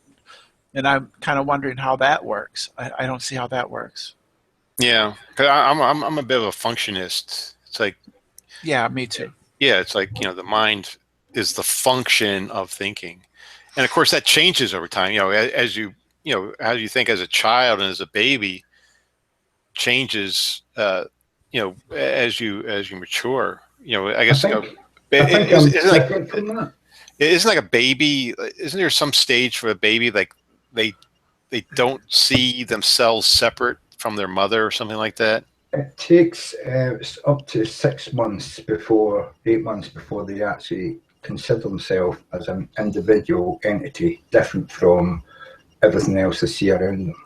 It takes them that length of time to understand that things in the world do things to them, and it affects them, but doesn't affect the thing. You know, like put a mirror in front of a 2-month-old baby, it doesn't understand that what it's seeing isn't it. But at 6 months to 8 months, it starts to understand it's a reflection of itself and not another baby. You know. Yeah. Yeah. So I guess maybe that's why people separate the soul from the mind. But then what's the soul at that point? It's just kind of like a placeholder for your identity that really doesn't do anything. It's just like, Well, you can prove that the soul doesn't exist simply by asking a group of people who believe in the soul to tell you what the soul is. And when they give you 100, 100 people give you like, no, maybe 60 different answers, yeah. You know the soul can't exist if they can't, who believe in it, can't tell you what it is. You know what I mean? Yeah. It's just another term of saying I, self. It doesn't explain anything. It's just another term for it. It doesn't add any new content. As I said, it's another word used by people who don't want to go into moralistic arguments. They will say, well, I have a soul. That soul needs to be protected from the incursion of your physical world on my soul, you know what I mean? Or this person's soul, that person's soul. They don't want to go into the intricate and sometimes unsolvable problems, moral problems that arise when you start to talk about people's rights, like abortion, the right to die if you're, things like that. They don't want to, dig down into those moral issues and come up with an idea or a concept that they can believe in, because it often conflicts with what they're told they should believe. And so they use the soul as a get-out clause, But you're murdering the soul, you're killing the soul. How can you kill a soul if it's insubstantial? You know what I mean? Yeah. And Trey brought up the concept of essence. I think it's very, essence is very, very vague. Often used as a replacement for the word soul, Yeah. The essence of something is supposed to be like a real defining attribute of that thing. So, for example, for humans, like Trey had a beard, right? But he could shave it, right? So a beard is not an essential part of human nature. I think it's called an accidental attribute rather than like an essential attribute. It's like the top layer of your skin. It's dead. Well, could we say that the essence of water is H2O? That if you don't have the H2O molecule, you don't have water, and that would be an essence. Only I sort of suspect that by essence, the people that talk about essences don't mean water. That the essence of water is H2O. They mean something else. Right. So, So H2O defines what water is. Yeah, it defines it. Yeah, absolutely. Yeah. So, with humans, what can we describe the essence of humans? We can't say arms and legs because you can be born human with with a birth defect without arms and legs, right? And we can't say DNA either because, at least from my reading in biology, biologists will tell you that the DNA doesn't necessarily get you to the genotype doesn't necessarily dictate the phenotype. And I've been doing some reading in that they say we still don't know how. We can't say where in the DNA it's encoded that you have a finger. It might be encoded that you have an arm and things like that, but yeah, we can describe where this is. It's not absolutely it's not absolutely described. It could be an arm, a leg, a finger, a nose, but they don't know why individual cells turn into fingers, arms, or noses. You know what I mean? Yeah. Yeah. And a lot of this has to do with how proteins fold, and that is an incredibly difficult problem. Is protein folding, and how those proteins will then interact with the environment. It could be that a lot of our features of our phenotype are the result of interactions of the proteins with with themselves or with other chemicals that are not strictly speaking encoded by the DNA, but that come about normally. I don't know. It's not an area that I know a great deal about. Well, that's what I'm saying. This is why whenever you're talking about broad subjects like religion, faith, humanity, law, morals, society, we shouldn't really dig down into areas like genetics, because you'll totally lose, more than half of your audience if you've got an audience. Right? And also, if you're talking to someone who's of a religious bent in any shape or form, they have got no idea what that is. To them, it's like evolution, It's like, well, God made it, you don't have to understand it. You know what I mean? Why are we spending all this time trying to understand a thing which God made and we can't possibly understand? They don't want to understand these things because it's so complicated. It takes so much brain power to actually think about it. It's beyond their time, to spend any time on it. You know what I mean? Trey made some pretty outrageous claims about evolution too. That it was just so stories, and that all these modern scientists. Trey knows better than all these modern scientists. He knows that what they think, it's all wrong. It's all just so stories, and he knows better. Yeah. Well, he rarely brings up evolution. I'm surprised he went there, but yeah, I think he is a young Earth creationist, I believe, or is he? I'm pretty sure. I don't know. I think he just parrots Sproul, because R.C. Sproul, I think he's not. I forget the way Sproul put it. Sproul kind of leans towards young Earth creationism, but he could be wrong. And then he says, "Well, I could just simply be wrong about my interpretation of the Bible." But so we may not be at a young age, it may be an old age. Yeah, I think what they're really saying is, yes, the Bible is pretty clear that it is a young Earth, so that's how I really want to go. But there's too much scientific evidence that says otherwise. So. And most historical evidence points to mankind springing up 12,000 years ago rather than 6, and therefore he'll go with the 10 to 12,000 year old Earth. You know what I mean? But the fact is, mankind has been on the Earth for at least 200,000 years. I put up a 2-hour video link on Google Plus. It's the history of the world in 2 hours, and it is a fantastic video, but it is 2 hours long. But it actually shows you all the main conjunction points of where mankind went from being almost extinct to being, almost 7 billion people on the Earth. Do you know that 100 years ago there was only 1.6 billion people on the Earth? Not very many. 1900, 1.6 billion. 2012, nearly 7 billion. And people say that the world is a terrible place for humans. Well, religion hasn't helped us get here. What helped us get here was the science of feeding people. You know what I mean? We drop bombs and kill people, but we help people to breed much better than we do kill them. You know what I mean?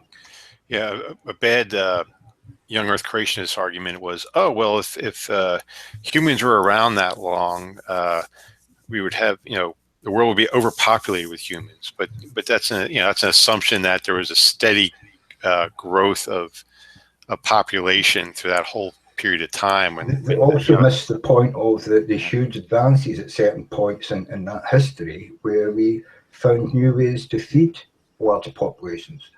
It used to be it took a 10 square mile block to feed one man and his family. And then came a time when we started to plant crops and farm. You could feed that same family in a sixth of a square mile. And Yeah. that's what had the explosion, away back in Mesopotamia, and the Yangtze and the Yellow River in China. You've got to be able to look at history from what it is and not say, well, it's been the same day in, day out, and therefore you can just say 3.2 people born a day, from a population of 12, and then you've got, a million people by the time that, the Tower of Babel was built, and even then 12,000 people isn't enough to build the supposed Tower of Babel. But they say, well, God helped them or something, he floated stones or gave them green, but the green, what do you call the guy with the ring? I can't remember his name. Anyway, the magic floated stone. It's like, no, mankind did this because we're capable, and to say that mankind needed help from aliens or gods to get where we are today is to deny the intrinsic intelligence, the essence of man, to grow, understand what people before us knew, and add to that knowledge, One of the problems with the argument that from growth that Floyd was just mentioning is that, for instance, if you have a bowl of yeast, the size of the number of yeast in that bowl doubles every few minutes, and so it's exponential growth.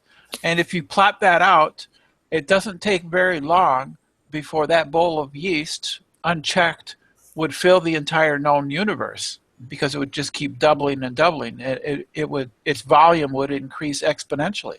But of course But it doesn't, right? doesn't. Because they run out of food.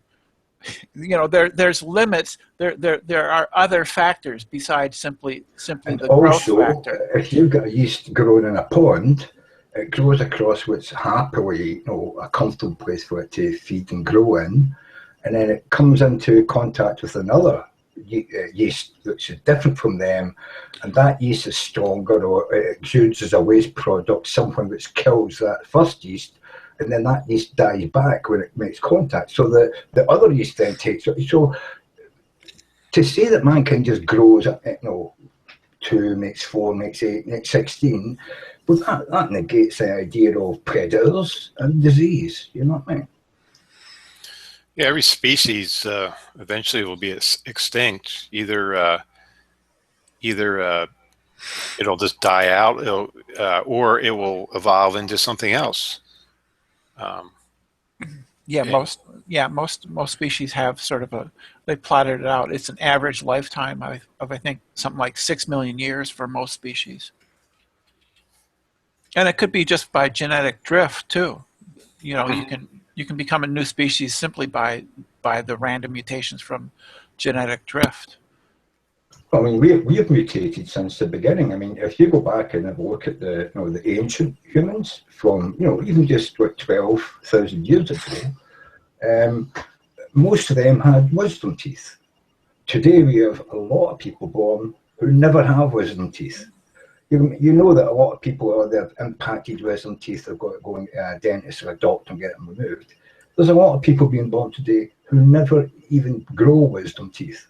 That's a mutation we have had, building into us since we became modern humans.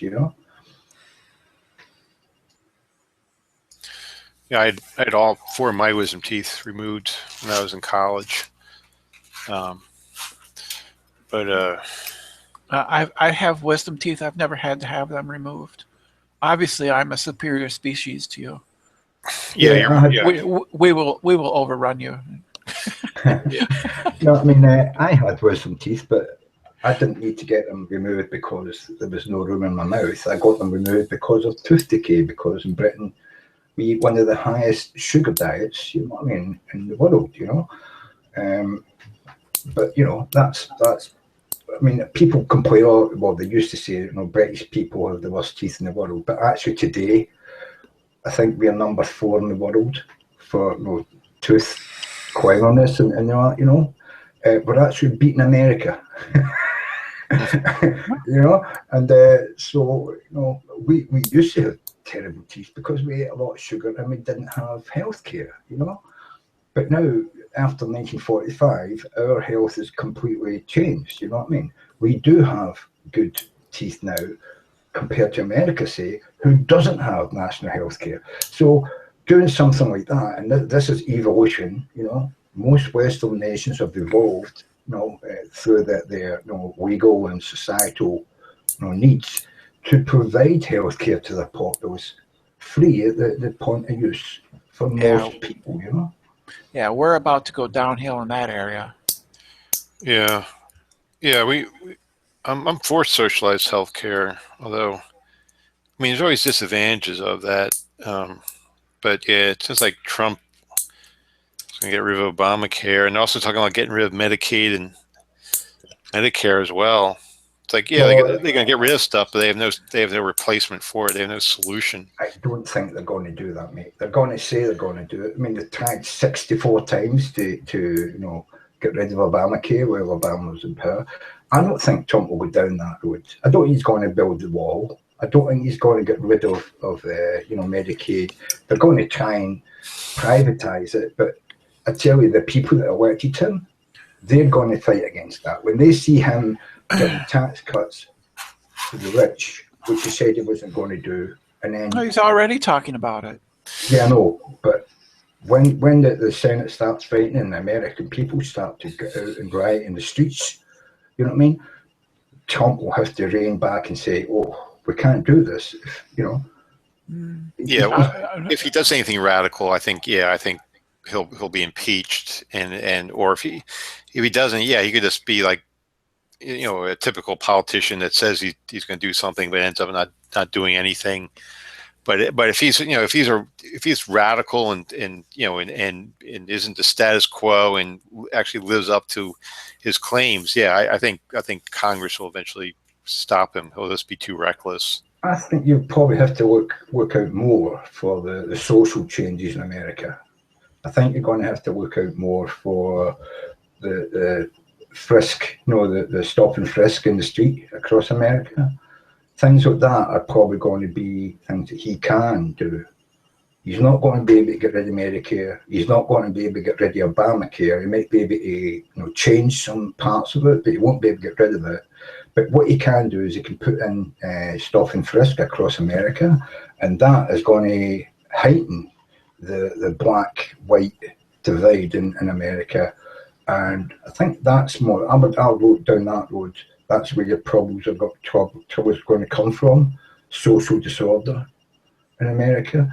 And I think the reason for that is he's going to do these things in order to distract the American people from what he's doing financially with, the Fed, Wall Street, him and his sons and daughters running the Trump, organization while he's president.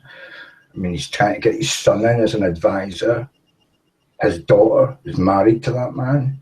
Is he going to know any financial information to pass on to her so they can become billionaires by the time he leaves office? That's exactly why they're doing that. Of course they are. Yeah. Yeah, I mean, there's part of me that says Trump is just doing this for selfish reasons. He's doing it for his ego. He's going to just try to create legislation that this benefits his businesses and so forth. He's just doing it for his family, for his own selfish businesses, and perhaps he'll just do it for 4 years and get out, and that's it. He's not really interested in helping America at all. Yeah, but the closer you get to the end of his 4-year term, the more he's going to be starting to think, what can I do to make sure I get elected again? How can I fix the election? What can us Republicans do if we can, because in 2020 they get to rejigger the electoral areas again, don't they?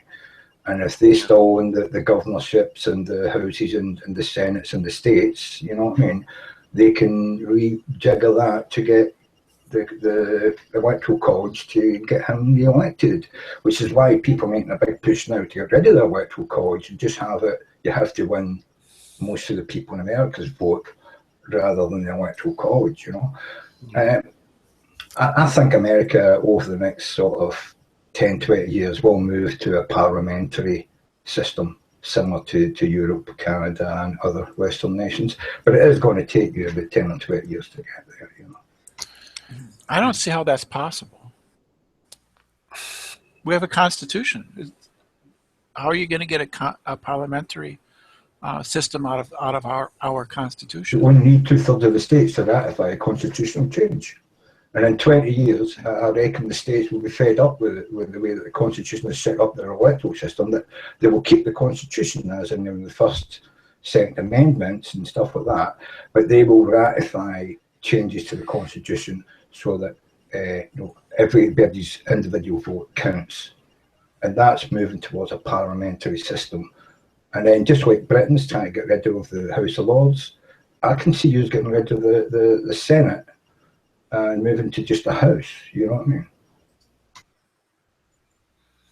One thing that'll be interesting is will he deport all these illegal aliens? I don't think anyone takes the building the wall Mexican into Mexican border seriously, but I wonder if he'll actually live to his promise to deport all these illegal aliens. I think he's got to pass laws along that line. I think it's not going to work the way that he promised. It's not going to be 2 million people in the first week, you know what I mean? Yeah. That's impossible, you know what I mean? But I do think he will pass laws to make it easier to deport illegal immigrants, especially if they already have a criminal record. That's possible to do, you know?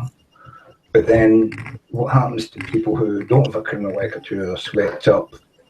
Is he going to build camps to put them in? I don't think so, but they're probably going to build a register of immigrants. You know, we have it in Britain, a register of immigrants. You know, people waiting to see if they can get leave to stay. But a lot of these people disappear into the wilderness. You know, it's not a workable process, that, but it is a thing you can put in place, and it makes you look like you're doing something. You know.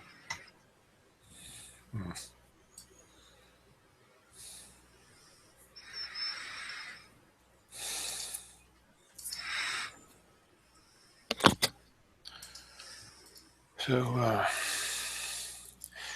see if we can get more people in. I put the join link into the live chat, and I think I got one person out of that, and I posted it on my Google Plus page as well. So. Hello.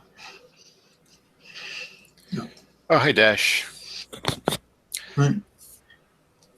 Anything on your mind? Any comments about the Trey hangout, or perhaps, I don't know if you saw, we had two other good hangouts. Alex Malpass and Jimmy Stevens. That was a very good hangout. And also, I didn't get a chance to see a whole lot of it, but Bert Poole had Scott Clifton on his Welcome to My Bubble show earlier.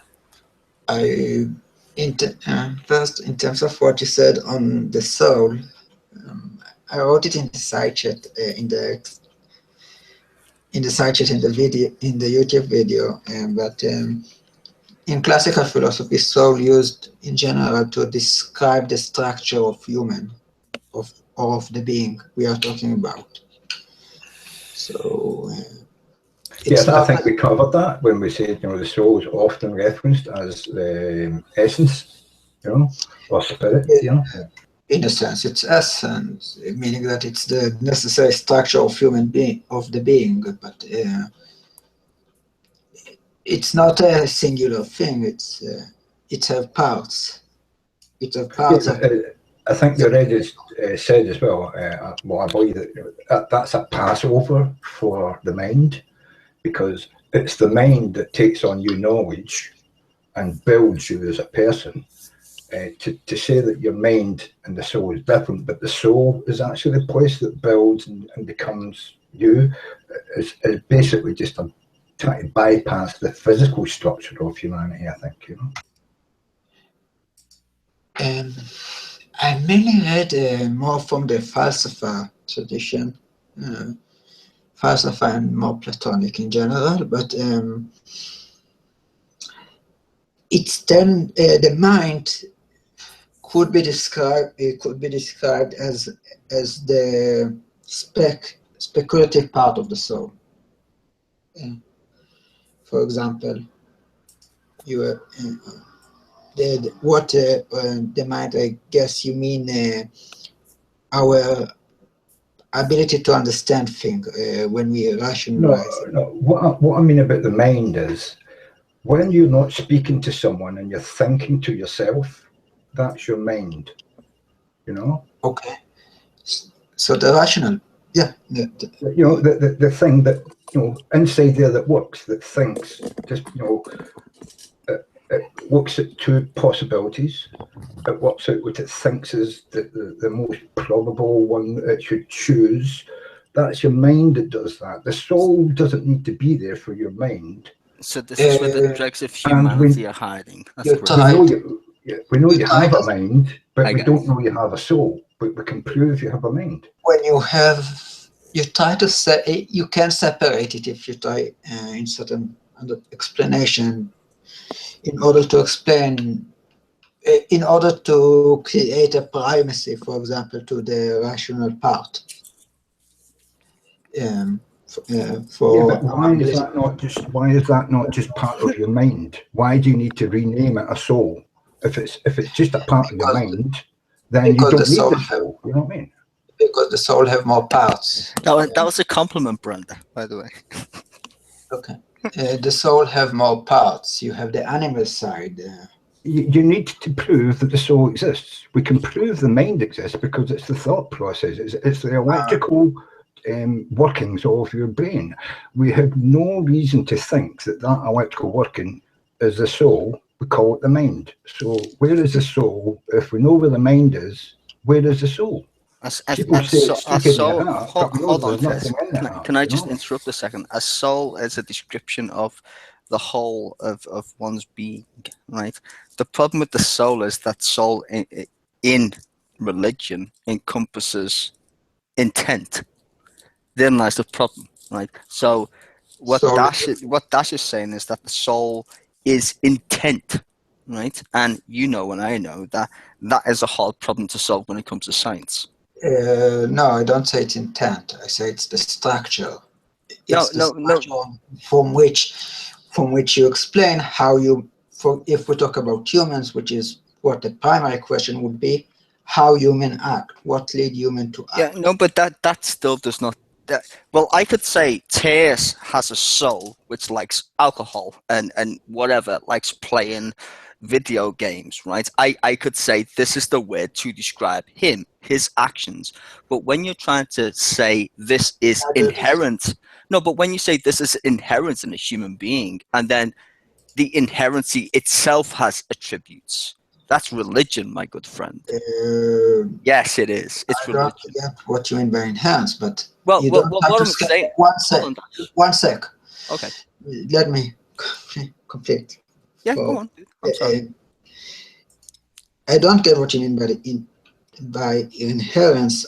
When I talk, if I would talk in the language of soul, I would say that it's the structure of the being, meaning what passed by the beings that it's navigate in the world. No, but that would be a subjective view of how navigation works. Like I said, I could have a subjective view of Tess, right? I know Tess is my friend. I know my good friend there is hosting the room, Floyd.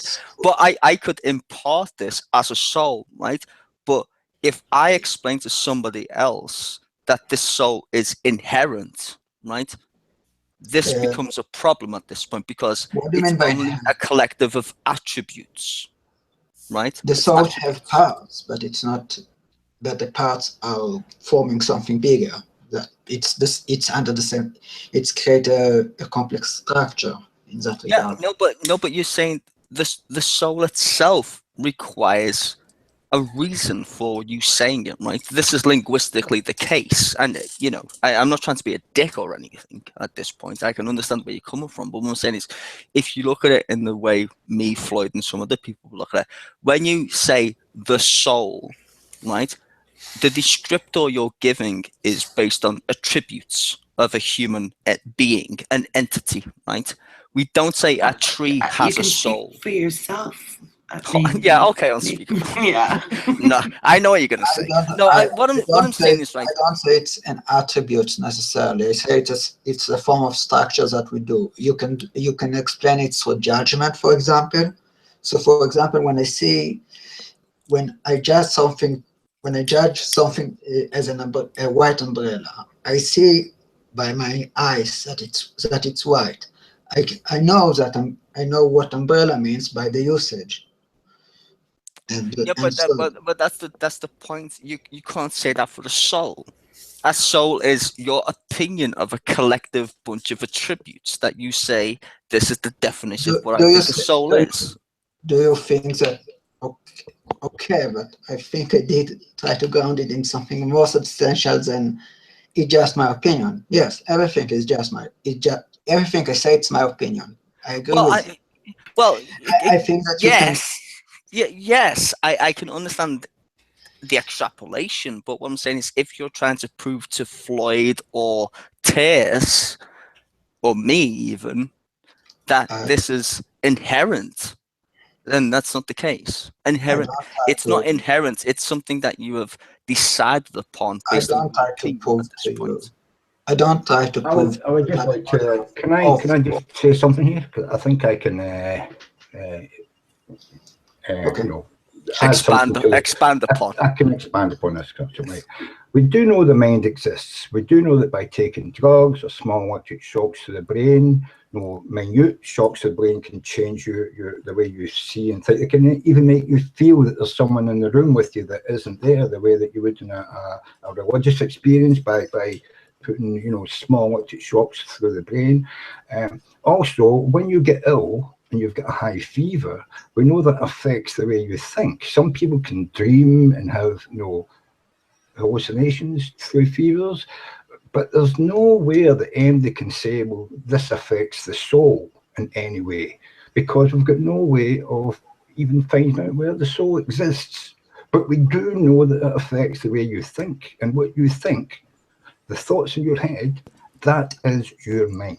I think that I don't think I use soul as necessarily as metaphysical separation in that regard. I mean, I think this problem is that semantics. soul is entirely separate. I don't think that it's entirely separate. I think that it's separate when I try to explain it. No, because the soul is that's okay. I don't want to use a biblical reference, right? I don't want to do that. But let's just take that reference, okay? You use the Bible. I don't mind. Yeah, I'm just using that as an example. I seriously, I'm not trying to be a dick or anything. But let's just take that an example, right? The soul is a descriptive thing, right? In linguistics, we use words to describe stuff. Words are not solitary things. They are descriptors, right? They are used in linguistics to describe external things or even internal things, right? But the internal things are still external, or you wouldn't have experiences like emotions and shit. They come from outward, inward, verse, whatever. So when you say a soul, what you're saying is this encompasses a human, right? Now, that can be a fair assumption of how I see Tess, right? I would say Tess is a human being. Now, I can describe Tess in many different ways, but just because I don't use the word soul doesn't mean that I'm not trying to, I guess, use the same terminology. I think the semantic problem we have here is that you're using the word soul, which is very much connected to the symbology of religion.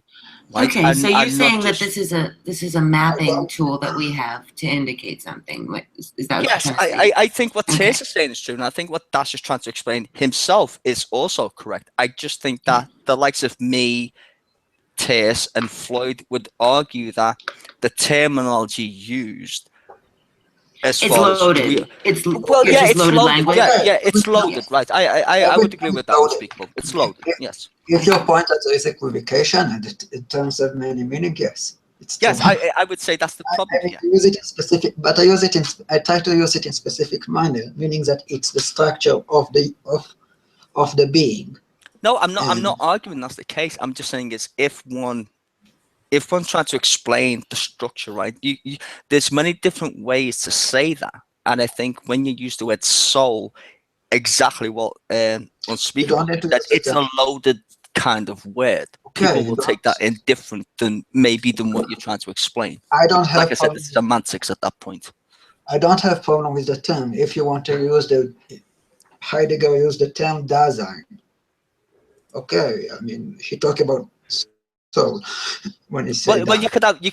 you could say energy. It would be the same shit. I mean, that's what I'm saying. It comes down to semantics at that point, and I understand where you're coming from, If right? you I'm not say trying to energy, dismiss you, but in a if religious context, then you have to understand that people like Floyd and me will say, "Well, what do you mean by the word soul?" So it's not that we're trying to get you to express if the semantics of it. We're trying to express the meaning of the word, not the okay, semantic usage of if the word. I haven't heard Trey.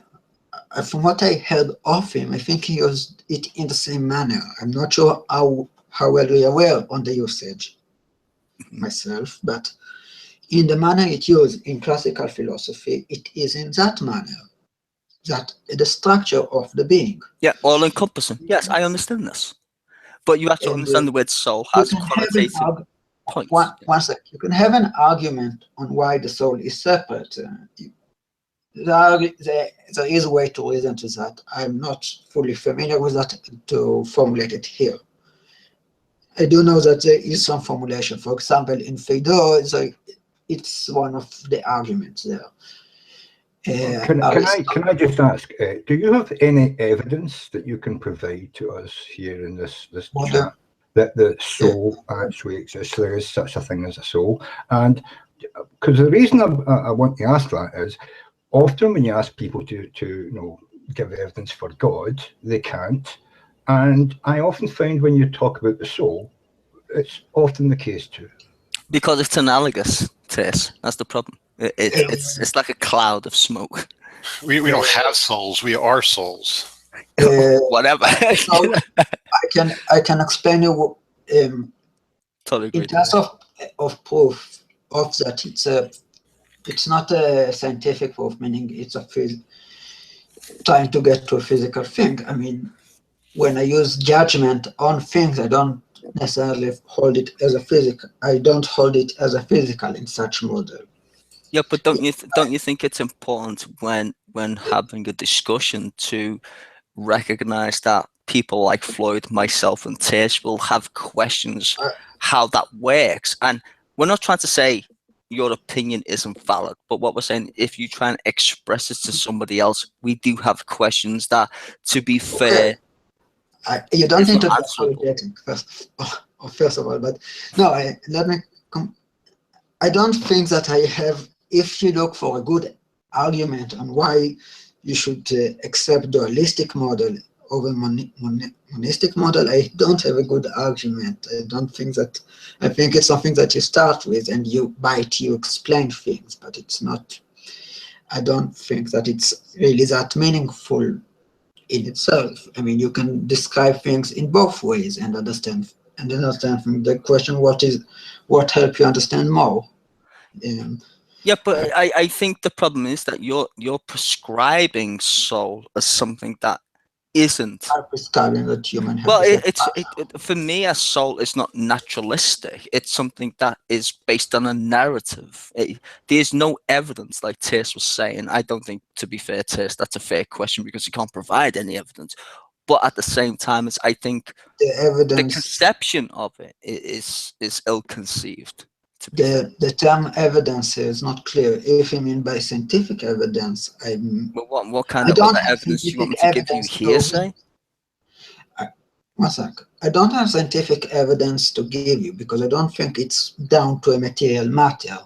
When I say structure, it's an overall structure, not a a particular structure. Hold on, that's not fair because hold on, I wanna just prompt you on something. If you're saying structure and it's not fair, in regards to what you're saying, then why use scientific terms? Why use scientific terms like structure, which are measurable things? These entire words are based on empiricalism. These are not based on wishy-washy ideas.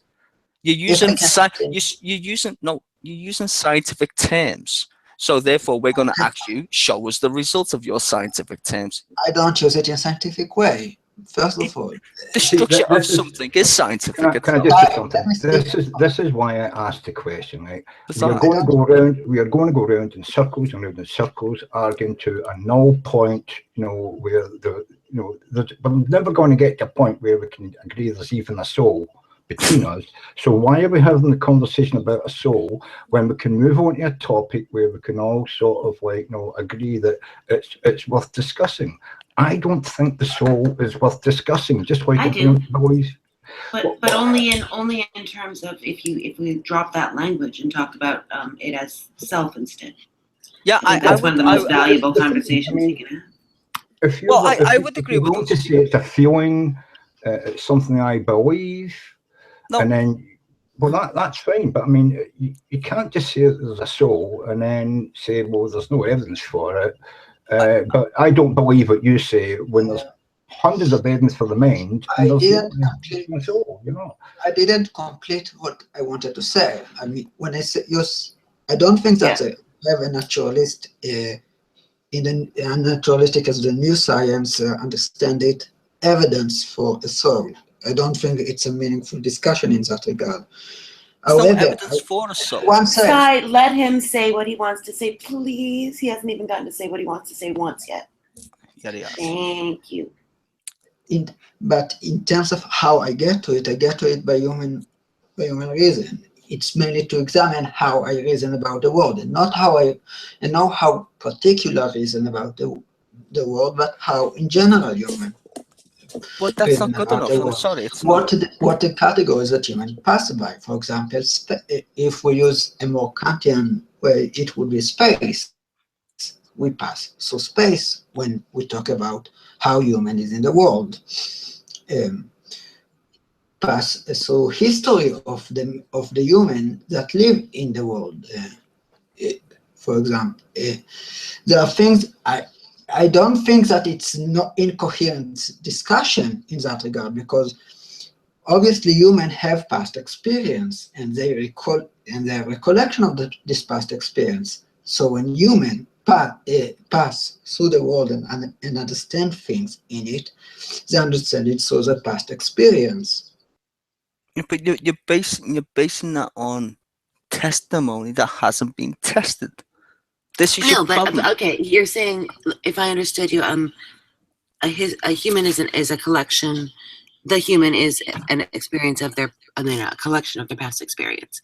So what you're defining as either mind, self, or soul, whichever interchangeable language you want to use, is kind of a conglomeration of what you've collected along the way. It's like you're walking along, picking up pebbles or sticks or something and putting them in your bag, and that bag is you. It's not you, but it's what is you. What does it mean to be human in the world? Exactly. So you just added another attribute. Exactly. No. And I go on, unspeakable. I'm sorry. It's lag. I apologize. Go ahead. No, I'm sorry. I interrupted you. Fine. Continue. I think that's a common way of thinking about. You're fine. I was thinking. Keep going. No one's interrupted you. I was going to say that I that's a very it's a common sense way of seeing. Yeah, it's a common. The basis would be common sense, I guess. I mean, common sense is how I can reason about how I can understand the world. Well, how we understand the world is based on subjective narratives. It's not objective in the slightest. Okay. Yes, there are subjective elements. The question is what's shared here. Yeah, but what's shared is our common knowledge of objective stuff, right? That's how we got science. Science is not based on a technically speaking, science is subjective, right? By our very nature. That's what I say is subjective. Do you have I, as a human, know that I have history, and every human I see have a certain history passed through. I see it through my experience of the world and interacting with other humans. I ask you, how was your childhood? You will answer me differently than I would answer it. Okay, and is that what you equate to a soul? It's a part, it's the experience. No, but what I'm saying, is that what you equate to a soul? It's not the whole soul, but it's when I try to inquire what is the soul, I inquire to such structures. Yeah, It's but not. this is the problem. You're applying these things which a mind and body can experience, you know what I mean, to a soul. You're making something up which we don't need. It's Simply because you feel seems to me good about having a soul. You know what I mean? It seems Yeah, to me that I don't see we're making up the mind just as much as he might be making up the soul. No, And we might be. I mean, I don't know, but these are not closed questions. I don't think. I think that the soul would be question. I don't say. I say it's an open question. If anything. Exactly. I'm agreeing with you, Dash. I'm saying that there's no hard and fast answers here, and I think that to say that we know what the mind is, we know that there's a mind and a body, and I they're didn't separate. say we know what the mind is. Yeah. Oh, okay. We've accepted this, that the mind is a part of who we are, but that is taking an extraordinary leap to say, therefore we have a soul. That's an extraordinary leap with no evidence based on anything other than it's a narrative, a collective of a structure. My only point was that it's not a closed question. It's not. Well, it wouldn't be because the entire. And I was agreeing with you, Dash. Do you think the soul has to have consciousness that when talking about what is a soul, consciousness has to play a role in that? I don't. Well, if it's just a descriptor, it can't be conscious at all. It's just an abstract entity. Exactly, Brenda. So a tree could have a soul. Yeah, I suppose. Or a rock, for fuck's sake.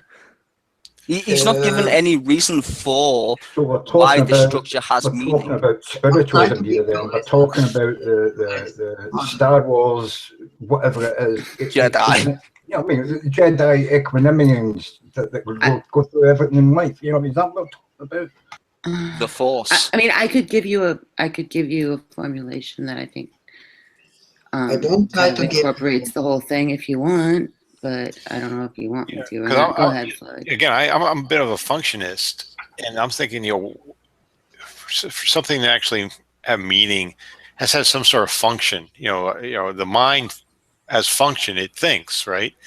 It processes thoughts. The eyes has a function; they see. The senses, have different functions. Yeah. What purpose? What function does a soul have? I don't think there is such a thing as an individual soul.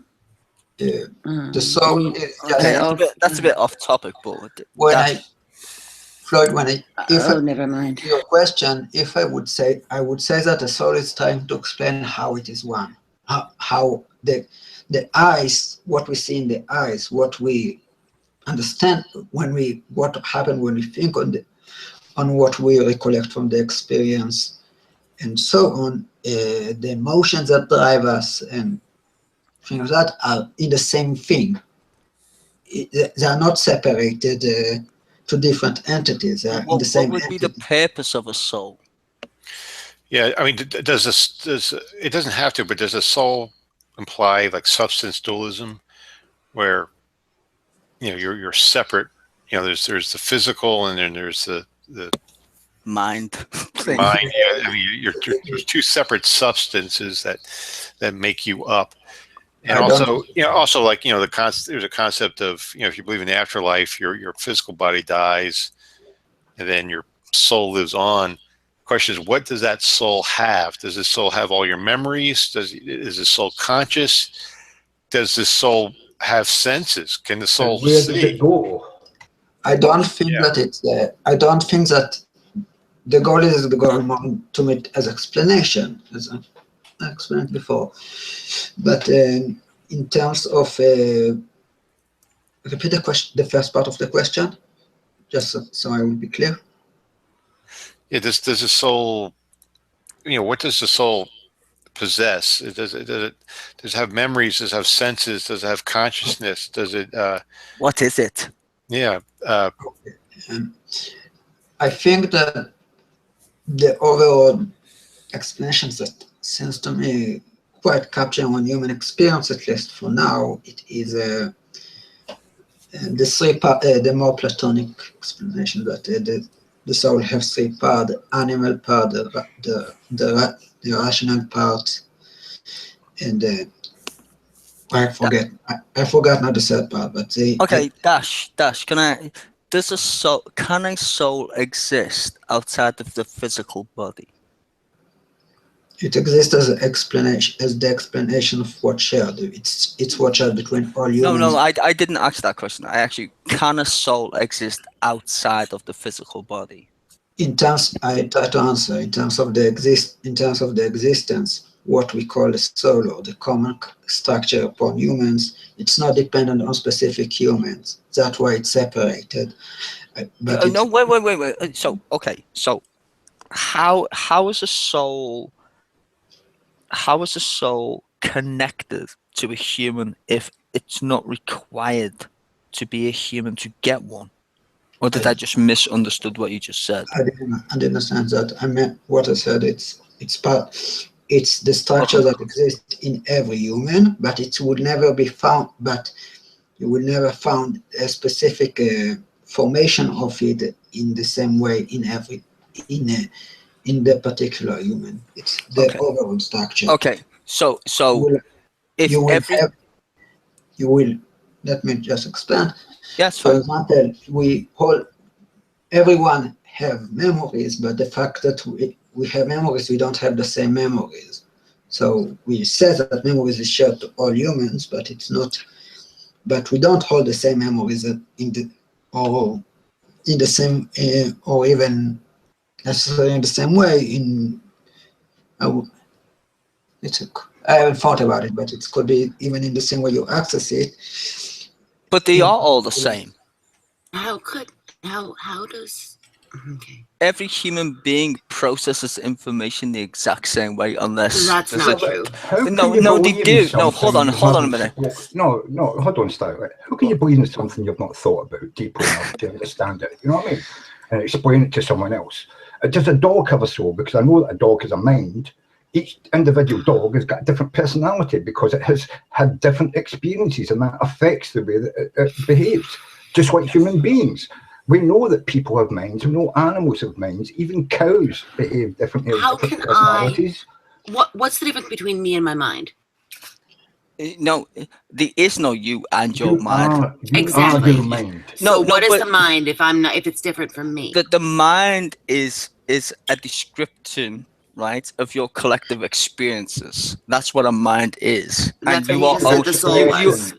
No, well, okay, to be blunt, yes, but the point being is a collection of experiences, right, doesn't therefore equate to some religious quantitative and I don't think bullshit. That's what he's saying. I don't think that's what he's saying at all. I think it's the word soul that you're objecting to. He's not saying that. I'm not objecting to his point. I'm objecting to how he's using the words. That's my point. You're hearing the word soul, and same with terse, and I think you're both going rah, rah, rah, rah, because he said soul. We're not going rah. Well, you're trying to explain to him that if you use the word soul, it has a quantitative meaning to it.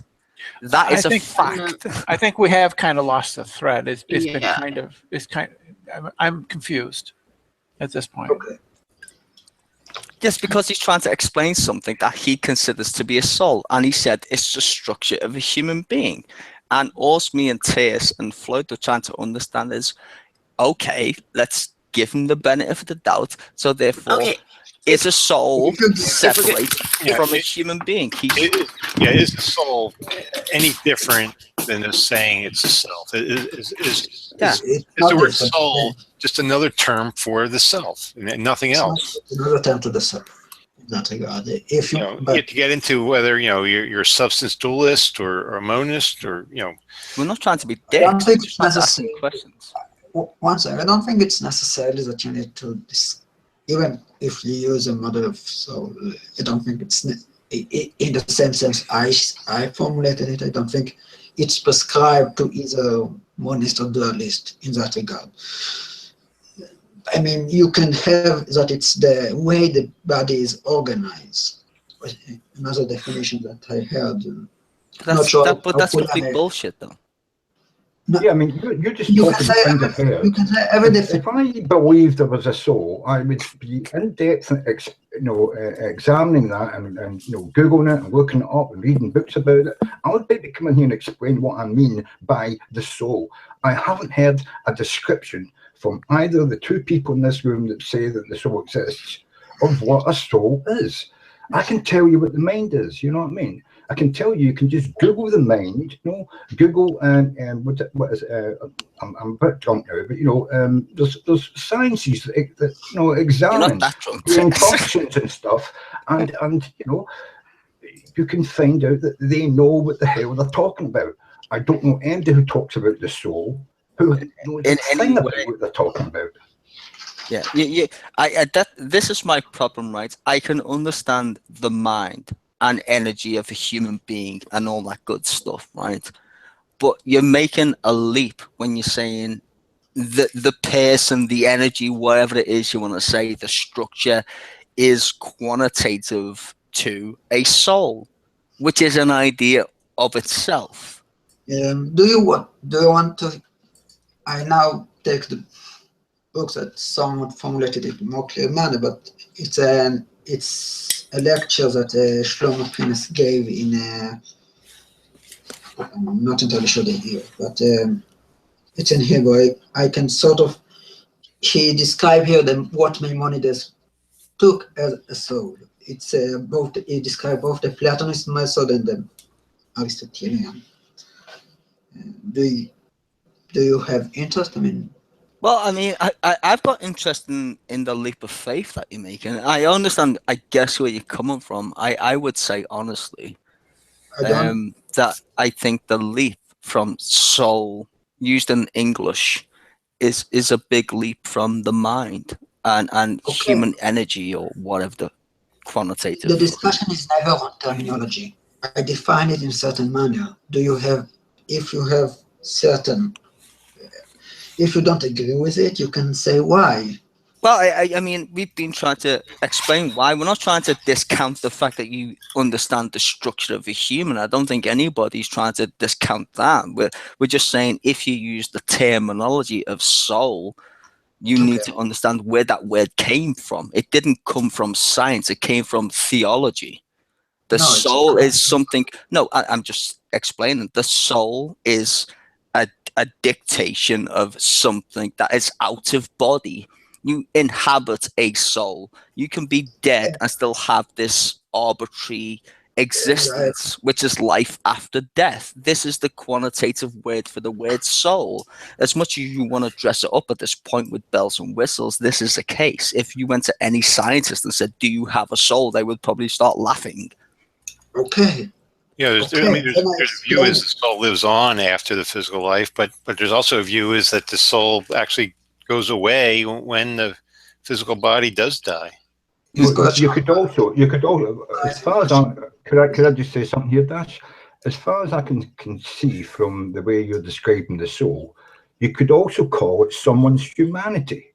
That's a phrase that was used in the 18th and 19th centuries to mean a person who was moral and just and he's a good soul, right, Tess? He's a good soul, he is. Yeah. Humanity. It's humanity. God struck terse. Heretic. Yes. It's describing. Yes, that was divine intervention. My vaporizer fell on the floor. There's a biblical interpretation of the soul is nothing but like the breath of God. In Genesis 2:7, it says that God breathed into the nostrils of Adam, exactly. to make him a living soul. And what that is it's just breath. It's just wind. It's just like it's like an energy source. So God breathes energy into you, and when you die, the energy leaves. But it's just pure energy. It's not conscious. It's just like it's the Force. It's just like the Jedi. It's the Force, yeah, right? The bad Jedi's have it. The Sith have it. It's the Force, right? And it manifests itself in different ways. Now, what he's saying is the Force itself is human. Where if he was to say to me honestly that the soul for him is a representation of the life force of a human, I could say, well, that would make kind of scientific sense because we do have a life force being an organism. We produce heat and whatever. But if he's saying there's a biblical reference to that shit, I'm gonna disagree totally. Nothing more like you got to jump start. It's like you're jump starting a car, and then when you die, the energy dies out, and that's the end of you. Yeah, and sometimes you die, and they jump start you back to life. You know what I mean? Yeah, it's just the whole past life shit. I died. I died of an overdose one time when I was about 18. Divine overdose. I did. I injected. I need a little work on my upholstery. I need some work on my upholstery. If it wasn't for a good friend of my brothers coming into the room, they were going to carry me into the park down the road and just dump me and phone an ambulance and leave me there for dead. But my brother's friend came in for work that night, and he worked on me for 2.5 hours, giving me mouth to mouth and heart compression. We love that shit, right? Saved my life. No, I'm telling you, I was dead for 2 fucking hours, basically. You know what I mean? With somebody keeping me alive. So yeah, but don't you was floating around heaven, fucking with your fucking apples and shit. I'm saying perhaps I'm soulless and my soul left my body then, and I've been without a soul since I was 18. Forgot to get back on the bus. That's funny shit. Yeah. I think I understand Dash's point about the structure, right? I get what you're saying, Dash. I just honestly will say this as to be honest as possible. I think the terminology you're using is not fit for purpose. Leave the terminology alone, because I never speak about terminology. If the word annoys you, I will call it blah blah.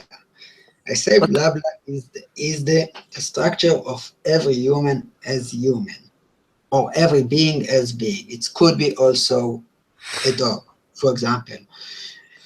Now, what do you? I don't get. When I try to describe this, so I try to describe what moved the being, what happened to the being as it's moved in the world, as it's judged things in the world, and things like that. Where do you disagree here? It's not. I'm not. You see, I'm not disagreeing 100% with what you're trying to explain, and I think your English not being that great, to be fair, is maybe one of the reasons why people are misunderstanding maybe what you're saying. So I'm trying to give you the benefit of the doubt at this point where you're trying to explain something and your English isn't very good. I don't want to sound elitist at this point, but I think this might be the case. I think you're trying to explain that humans have a structure, and I understand this. Humans have a structure. But what I think people are trying to ask you is that, does that structure refer to something outside of our physical being, right? In the sense is what we're saying is any way, shape or form, is this related to spirits or God? I think that's the fundamental point we're trying to get to here. In the sense, I try to explain it. I'm not sure how it passed, but when people said it's separate, it's said in so far as when we say human as a term, not as an idea in IDOS, we don't mean a specific human. You will never find the IDOS of human in particular, but you will find it in particular in the same way, but you will find it in some way in the in shared manner. I still Okay. don't get what you're saying, to be fair. It's not described I as think specific what human. he's trying to say is he talks about soul in the same way that we talk about mankind when we say man. You know? Yeah, that's what I'm saying. I think there's I'd I like think to hear there's a from difference. Lydia. Huh? I don't know if I have anything to say or not. I I'd mean, like to hear from Lydia. Helena's just listening. She's always like that. She's a good listener, ain't you, Helena? She listened to my fucking hangouts for long enough. Well, she was feeling quite ill earlier. I don't know if she's Well, feeling I'm any glad better. I'm she's still sick. I'm still sick. oh, Oh, jeez. group But, hug. Helena, you shouldn't. Group You hug shouldn't for be Helena. talking at Group all. hug. Stop, Group hug. Helena. You shouldn't be talking, babe. You're gonna well, I lose your just voice want to say, entirely. I know. Well, it's actually better from yesterday. But Well, you're gonna Stein- make it worse if you keep trying to Nobody's talk over Stein. I'm just going to say one sentence, and then I want to kick it over to Lydia. Stein, nobody has said anything about anything being quantitative. You're just adding that. Well, the last time I checked, one. He's giving a distinctly qualitative description here. Yeah, Yes. but no, he is based on a Yeah, narrative so- that has nothing. So shut the fuck up about quantitative. So you're gonna tell me to shut the fuck up because I asked a Yeah. reasonable question? Wow, of all people, Helena. The Wow. answer quantitative. Shit, I would you only shouldn't say have it to you. hangouts then because every She is basic sick. She is well, sick, Sty. She wouldn't yeah, have I said know, that she was I know. sick. But Hey, I'll say it too. every basic of your hangouts based on quantitative reasoning, Helena. So That's not true at all. It actually That is. is so freaking not true. Well, actually, look up the word quantitative. And you'll find I'm I'm pretty actually deadly much- correct. I don't need to look up the word quantitative. Stein. It's Latin. I know. It's hard work for you I don't need to Americans. look up the word quantitative, Stein. Well, you should know what it means then. To I reduce. do know what it means. I'm Yeah. doubting whether you do at this point. Well, actually, However, for someone who likes quantum mechanics, I If you pretty say know what the fuck word is going math and physics, if you go, it's maths, bitch. It's maths, you cunt. Well, If you start well, going down the look, maths route, I'm going to kill you. Because So we're just I have not going there. Because I have a difference of opinion, don't use ad homs on me, please. It's pretty lame. Oh, maths is an ad hoc now. Stein, we love Anyway, It- it is okay, if you so if you send it to soul. me. Let me just finally try to. Helena asked me to come translate here Yes, I a did. little bit. That's true. And so, even though my connection is shitty and I'm about to go to sleep, I'm trying to figure out like how to bridge this gap, and I don't even know for sure what Dash is saying, but I was hearing a total massive disconnect with what he was saying and what you guys were hearing, and I was like, "All right, how can I help here?" I personally don't think that he's talking about like a soul as in a winged Cupid angel that flies up to heaven. That's or that is reborn and as a self in another, and as a separate entity from this. He's talking about the structure of a human. And when I think of structure, I think of the pattern that makes us up. And I mean, for me, I'm not a dualist, and so I don't believe that there is a mind and a body, let alone and a soul. But that's probably why I would agree with this narrative then. That explains it all. And when I think of all of that stuff, I think of the motion that makes that is us, the all that's action linear. that we are. Yeah, but The all that action- is I linear. get it now.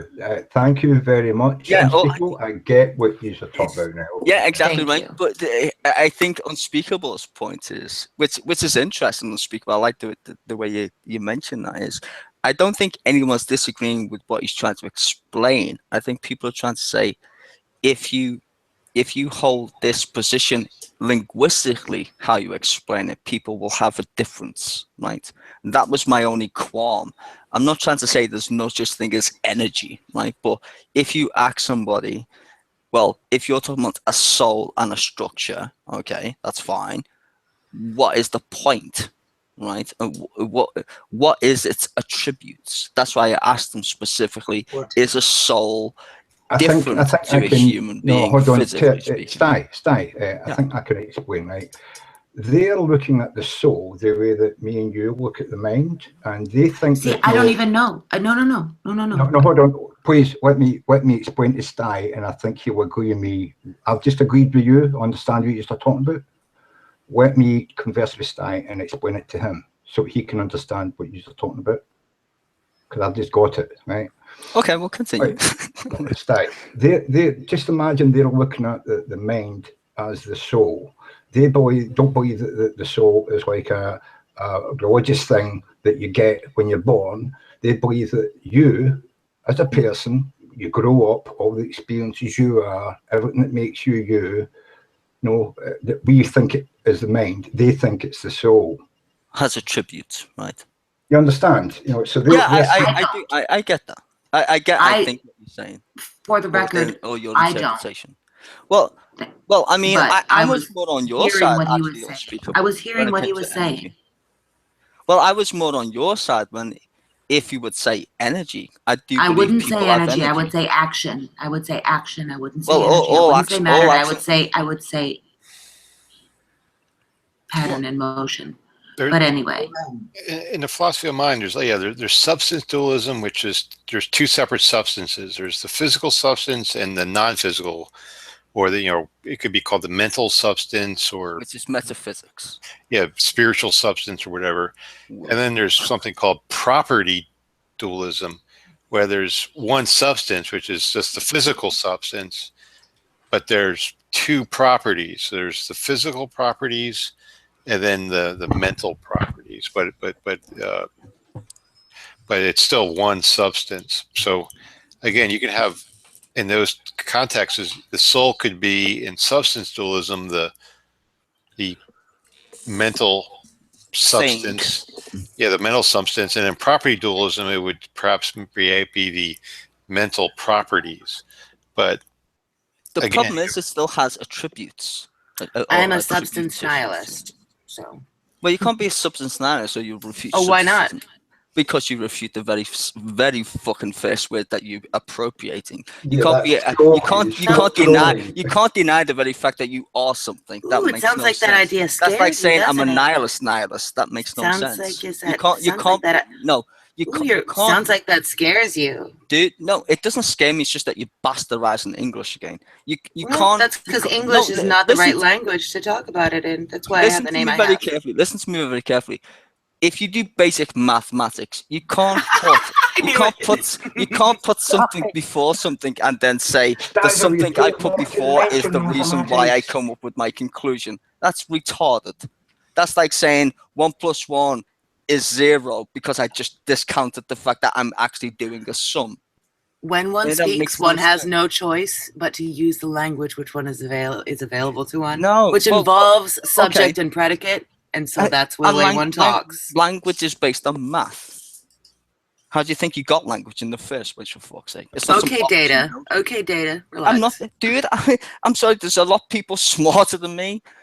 I'm not called data because I happen to know how the shit happens. Linguistically speaking, I just made that up. You're just incorrect. Linguistically speaking, our language is based on subject and predicate. What's the difference between why and how? What's the difference? What are you talking about? Well, I think that you're wrong about the mathematics. I believe that people sat around campfires and evolved language in order to be able to kill more food when they were hunter-gatherers. Probably. And they weren't counting shit. They probably to were put on the fire, They had no choice but to count shit because they probably were. Because there's a quantity more than one. They had no choice. That's the way the universe works, dude. We didn't create the universe. We are a part. All right, I did my best, Helen. I love you. Have a great night. Thank you. Hey, thanks for coming. Yeah, Helen loved my hangouts once upon a time. I still love your hangouts. I know, but I don't get into the shit like I used to, Helen, to be fair. I still don't forget to talk about quantitative things, but okay. What? You don't what? I don't speak about quantitative things. I don't think that you can count the soul. Well, when I used to work quantitative though, Dash, I'm not trying to discount your approach to your understanding. What I'm saying is, when you use certain words in some vocabularies, they have meaning, right? And quantitative just means that's their base meaning, right? It's not supposed to be a tip move. It's just saying this is the base value of something. The word quantitative comes from quanta, which is Latin for singularity, right? Or single. Why So do in that regard, this is the point. Quantitative points. Okay. I mean, you can use it in the opposite way, which is quantitative easing, which means it's the valuation of currency. It'd be easier to say quantity and quality. Yeah. But quantitative isn't the same, to be fair, in regards to what I'm talking about. No, quantitative is quantity. Your numbers. Yes, I know. I exactly know what you mean, Tace. Shut up. What I'm saying is, in this certain case, it's the subtractive meaning, right? It's to get to the base. I know what you mean there, Tace. We don't mean it too much. Okay. I don't see the point saying that we have terms that have some meaning that we are going to understand, and when we speak with others, we need to define our terms. Sure. Yes, and we're not trying to dismiss your how you understand it. We're trying to understand is your understanding of the soul applicable to, let's say, Jesus? Because if you look at the historicity of the word, it's not anyway scientific. Yeah, I pretty much it just knew isn't. That we weren't talking about the religious soul when these people started talking about it, those, style. That's what I'm saying. That's why when I say to you, these people look at the soul as like a thing that can accumulate knowledge and experience. That's why I say to you, think of them talking about the soul the way that me and you would talk about the mind, and then you're okay. It's not a perfect analogy, but it's the way that they kind of see it. You know what I mean? Well, let's say that is the case. Let's say his analogy, which would not be the right word, but I'm going to use it anyway. Let's say that is the case. Let's say they are attributing the same attributes that we would say the mind. They are saying it's the soul. Well, I would say, does our interpretation of the mind have the same attributes as their interpretation of a soul? And if not, then what would be the differences? Well, no, the mind doesn't have the same attributes that they put to the soul, but that's because they have belief in the soul and not knowledge of it, and we have knowledge of the mind. You know what I mean? Yes, but okay, yes, I accept. You know what I mean? I accept that, but is there a religious quantitative point to that? It's similar to a religious view, but it's not the same. You know? Well, that's what I'm trying to ask. Is he a theist? Is Dash a theist? And if he says yes, therefore you know the answer to my question anyway, without him even answering at this point. Just for example, the question of the remaining of the soul, or the. Are you a theist, Dash? Yes or no? I don't fall to either. I don't. Do you think there's a force that created the universe with a being? Is that what counted as a theist? Well, do you think there's a being of some order of magnitude? Do you believe in a god? Yeah. I think it's a possible way to explain metaphysically. I'm not. No, I'm not asking. I'm just asking you to just fucking yes or no. Are you a spiritist? Do you believe in a spirit that invades or enthuses the universe? You know. It's not a hard question, Dash. Yes or no would suffice at this point. Not really. It's kind of a hard question. I mean, I'm only gonna give you. I'm pretty open to. So you don't want to answer. So what you're saying is you don't want to answer the question. I don't. Do you know what? Do you know what the concept of God is? Yes or no? But how? I'm an atheist. I can answer that question. Do you know what the concept of God is? In philosophical. No, in any fucking way, shape, or form. Do you know why human beings have this pedantic view of some shit? I mean, it's like you're dancing around the point. Is there Is there a concept called God? I don't think that there is one concept that's called God. I think the concept defined by the context, defined by the context, and that would. Does it So exist? are you a Does it spiritist? Do you exist? believe in a spiritual force that infuses the universe, including you and your soul? Spirit. Not entirely sure how I would follow Can you just such answer the question, understanding. Dash? I'm Okay, not entirely Dash. sure which. It's depend on the argument for such position. But I Dash. would. Dash. Do other human beings have an idea of a being that they classify as God? Yes or no? Not Do other necessarily. people? What? I What do you mean think It's not true. necessarily? So, Oh so, my so God! nobody I can't has a tell you religion on the unspeakable planet? and Dash are trolls. You know what I mean?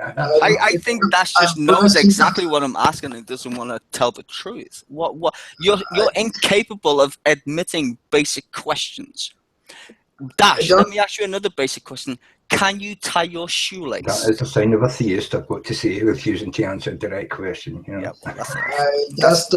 He won't be the first. He won't be the last. I can explain why I answer like that. I mean, I don't. No, you're going to give us hyperbole, and we don't want to listen to Yeah, hyperbole. but it's also the sign of a troll, man. They've been trolling all night about the soul, you know what I mean? I just basically asked you a very simple question. Does the concept of God exist amongst human beings? And you won't even say yes when everybody knows this is the case. What are you trying to hide from? Yes, many concepts Okay, exist. so if we know this is a concept, do you accept that concept to be true or false? I don't think that it's one concept. So you don't accept that ideas exist, right? I don't think that what a there is one concept concept is, right? that they call it God. I think. What's a concept? Can you explain to me what a concept is? Dash. One can say that God. You can get to God in many ways, and yes, but you just denied. You just literally denied the fact that that's even possible. Well, they denied the mind exists. You know what I mean? You just denied the fact that humans are capable of soul. So why can't they replace concepts with faith? You know what I mean?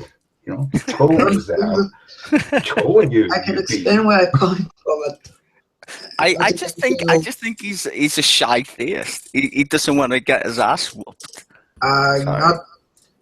No, I just don't. I don't think that, for example, when Aristotle talked about he's a European, right? He's a European. He's definitely an atheist. He's probably from the shit out of us. He's probably from the Middle East who lives in Europe, and he's a bit confused. No, he's definitely from fucking Eastern Europe. Okay. And he's definitely trolling the shit out of us. Yeah, he should vote. He should vote UKIP. In terms of, for example, people equated the unmoved mover to God. I don't think that it's necessarily God in that regard. Okay. It's some form of divine thing, but it's divine in the sense that's still God. You just said the word divine. It's some divine thing, which is God. You're missing the entire point. Just because you don't like the Western interpretation of what said God is, the concept is still an idea. And you just denied the fact that you qualified, which is bizarre. I just don't think it's one concept. No, it is. A concept is an idea. It is. It doesn't matter which kind of God that you accept or believe it to be the case. The idea is that there's only true rationality. No, listen, Dash. According to atheist theistic arguments, let's put it in a simple terminology. There's only one outcome to the creation of the universe, which is poised by theologians as, is there a God or isn't there one? The very fact that the proposition is flawed itself is the problem, because you only get two answers from the proposition, which is yes or no.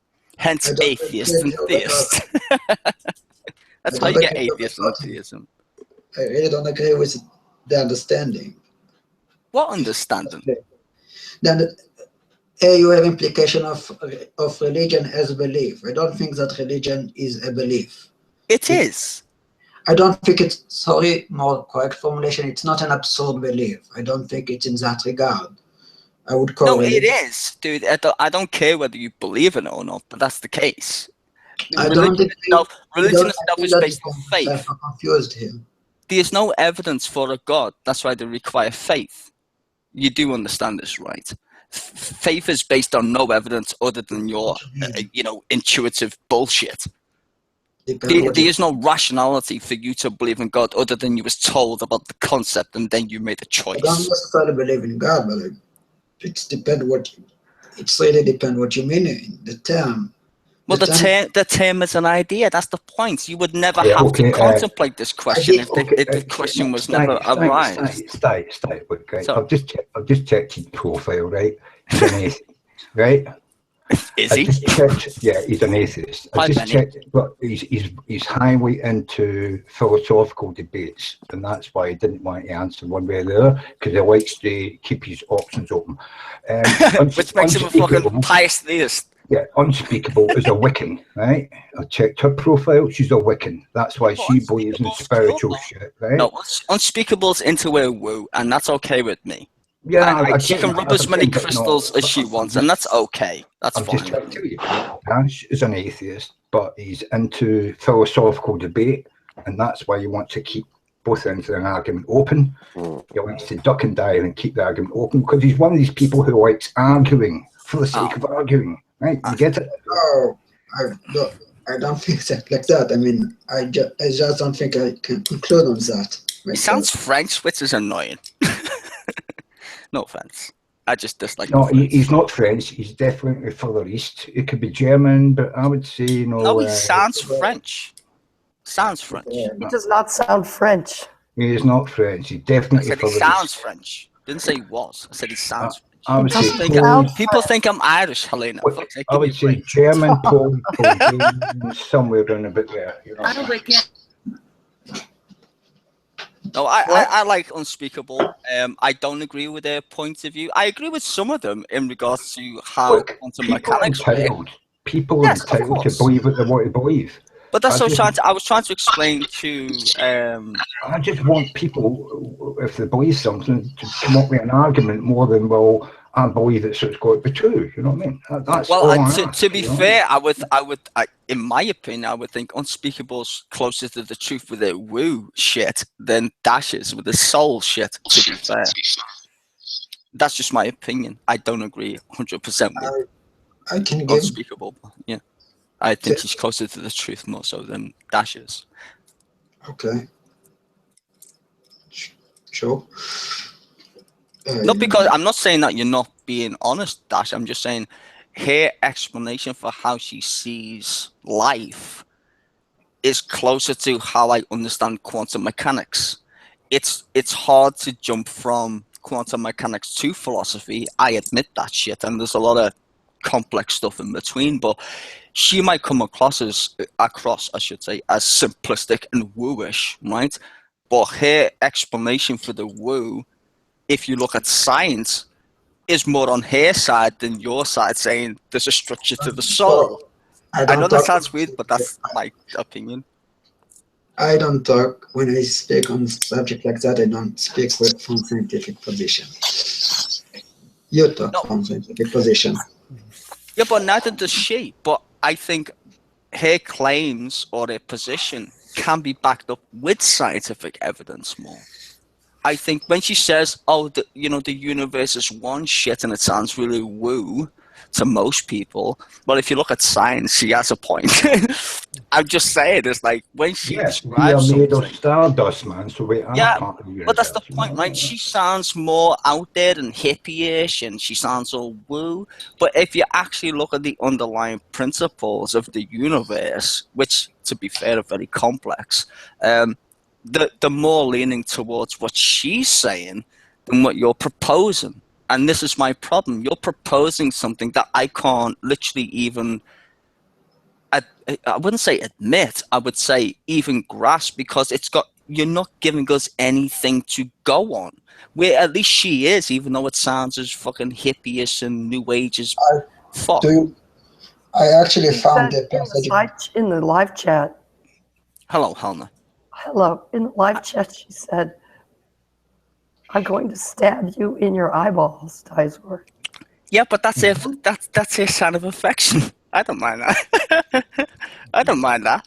I get slapped She all the time in objects the to eyeballs. she objects to calling her ideas woo. No, but I'm saying is she has, yeah, she'll say, because she said it in rooms before, she's been subjected to that narrative. And what I'm trying to say is, even though people might see her position as woo, if you look at the scientific consensus, she's more closely, in fact, in line with me than she would be with Dash.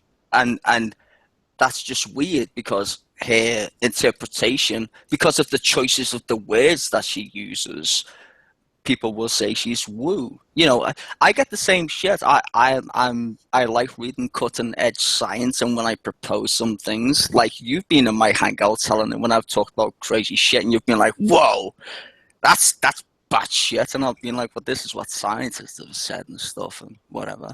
And you've actually disagreed with me on some points, Helena, even with Thomas Hobbes and stuff. Oh yeah, for sure. Yeah. She was like, "Wow, how's that even possible?" This is the thing as well. I mean, these people talk about Thomas Hobbes and people that you know who are philosophers, right?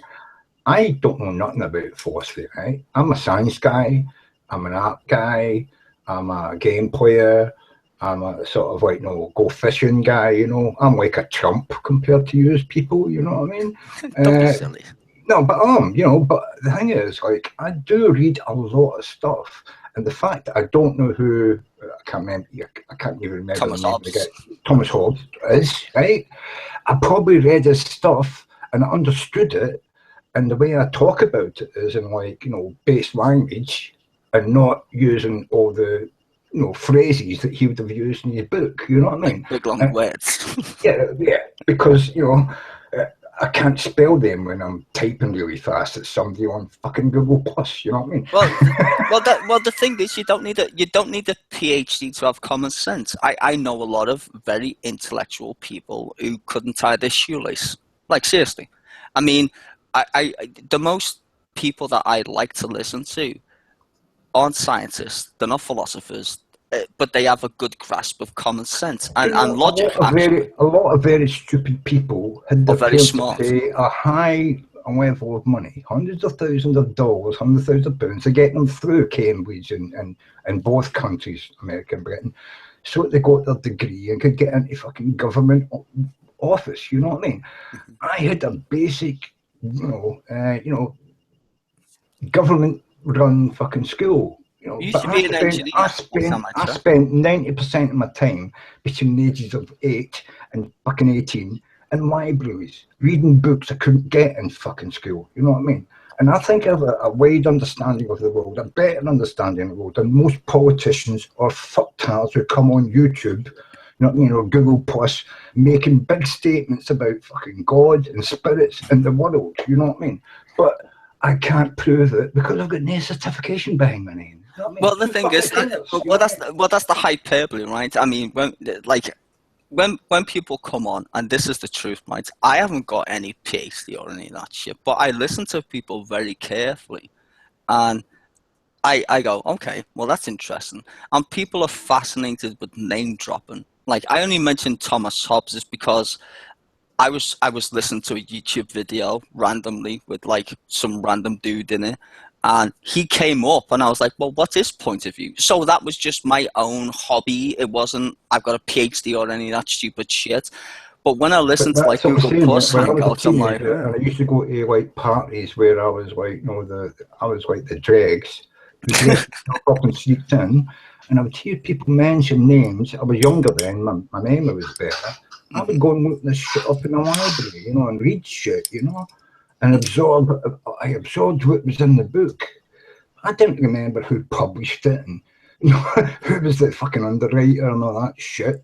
People are absorbed with remembering the fucking producers and all that shit, and the cameramen and movies. Yeah, but that's teaching. That's what you call teaching to the test book. I mean, people who can recite a book doesn't make them any more intelligent than anybody else. It just doesn't.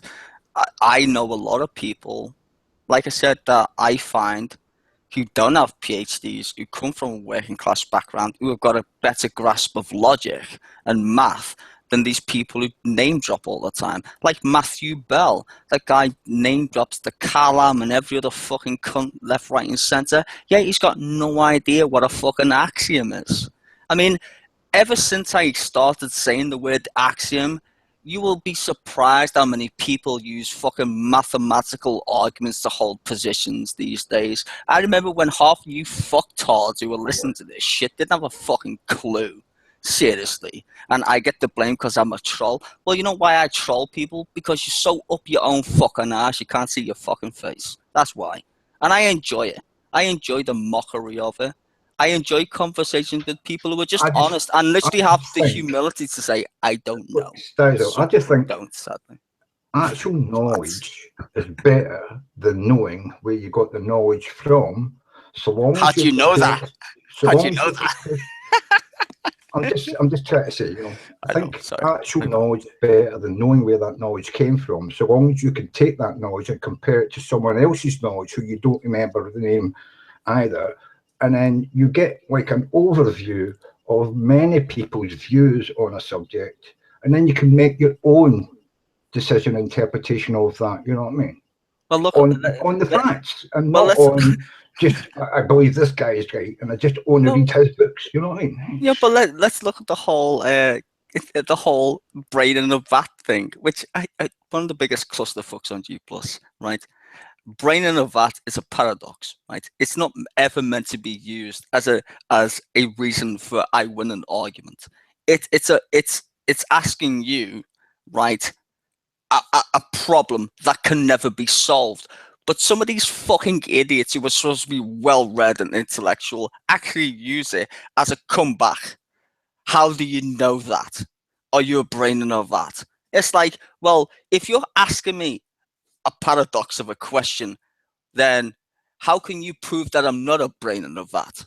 And they will say, I can't. So then what's the point in you asking me if I am one? If you can't prove the opposite to be the case. I mean, some people on here are so fucking retarded, it's unreal. And they're all hyperbolic about it. Yeah, well, we're all a bunch of intellectuals. And you're not. You're just a bunch of fucking YouTube armchair wannabes. That is why I was at the very start of that conversation we had about the soul. I was trying to say, well, what does the soul bring extra to the idea of a human body and a mind? What does the soul add to that conversation? And nothing.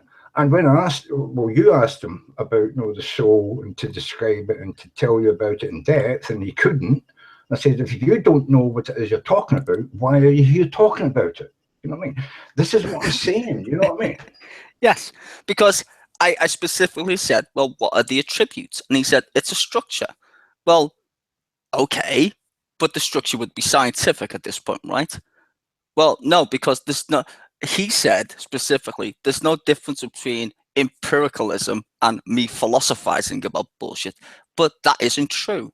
We literally separated philosophy and science for that very reason. Because back in the day, you could come up with any batshit crazy idea and people would think about it and reminisce and shit. But then a bunch of guys came around and said, well, we're sick of you doing this shit.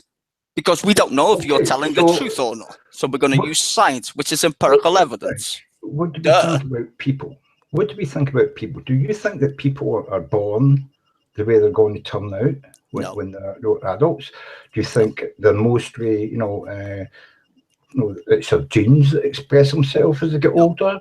No. Or do you believe that it's in certain cases, yes, extremities. Education?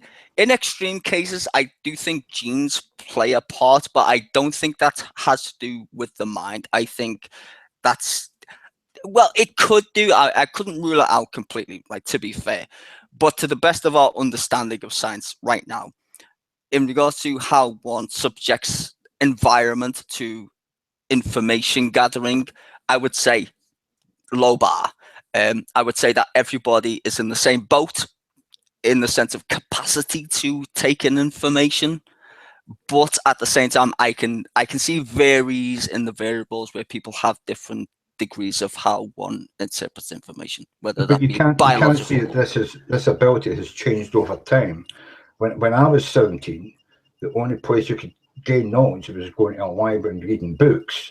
a 17-year-old today can go Has on the the internet. internet, can go Booyah. and be fed by a million, pages of bullshit before you can find one page of Of facts. truth. You know what I And mean? that's why you get conspiracy tards on the internet like Alex Jones, because people don't want to read anything. They just want to watch YouTube because it's convenient and easy. And their go-to information is Google. Styles, or do we blame Alex Jones, or No. do we blame our governments and the companies that run the internet, because they allow this?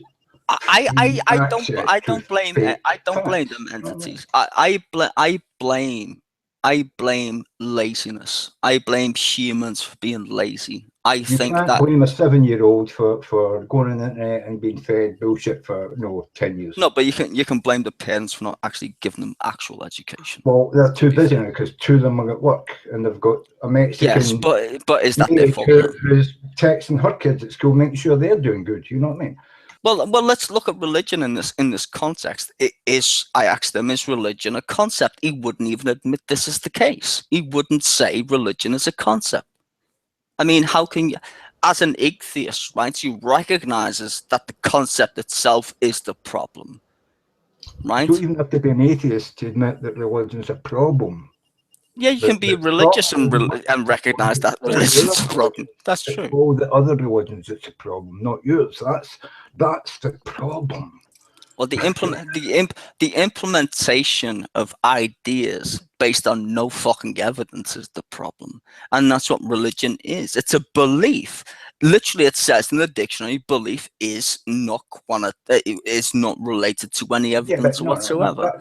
We're even going to get beyond that now. You go on YouTube, I can link you to 10,000 videos on sharks in the UK. Great white sharks, and they're not great white sharks. You know what I mean? Yeah. There's so much disinformation that people can access. We push a button on a mobile phone. Kids. How the hell does a teacher teach a kid who thinks they know more than the teacher does from their phone when they sit down in the classroom? Well, this is the problem with the whole Google Plus, because they think I've just read something on, I don't know, Plato, Stanford, or whatever the fuck it is, and think because their interpretation of it has never been critiqued by actually someone who fucking knows what they're talking about, therefore they're justified in saying what their bullshit is, right? And therefore it makes them an armchair philosopher, when this isn't the case. But you will get numerous amounts of people who come on here and literally say, it's my opinion. And even now they're saying, well, you can't use that argument as my opinion because it kills a hangout. No, this is the case. People with PhDs can still be wrong, right? It's a fact of life. A PhD doesn't mean shit. Always been. People with PhDs have always been wrong. Some of the things they thought were always wrong. But the reason that the people with PhDs who were found right were right is because 15 other PhD guys tested their theory, they tried it, and it worked out. They got the same results. Nowadays, people don't get paid to do that research anymore. You don't get repeat studies anymore because there's no money in repeating a study somebody else has already done.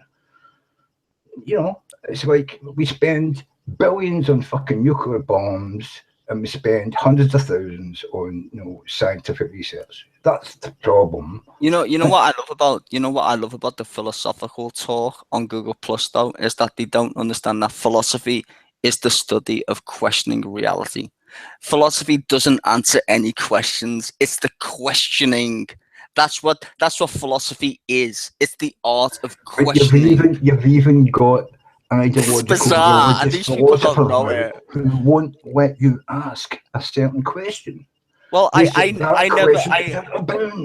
never went to university. Even I know that shit. But I guess I'm lucky that we're taught Latin. I was like, no, let's redo Latin because it means something completely. No, it doesn't. Latin's still Latin. Have you ever seen a TV station question the belief in God? It's fucking hilarious. Never. They don't. They can't. Why would they? They can't. Yeah, but why would they? They would lose their broadcasting license in America if they questioned God. You know what I mean? they can put comedians on who, skirt around the subject, but they can't question the idea of God exists on main TV anywhere in the world.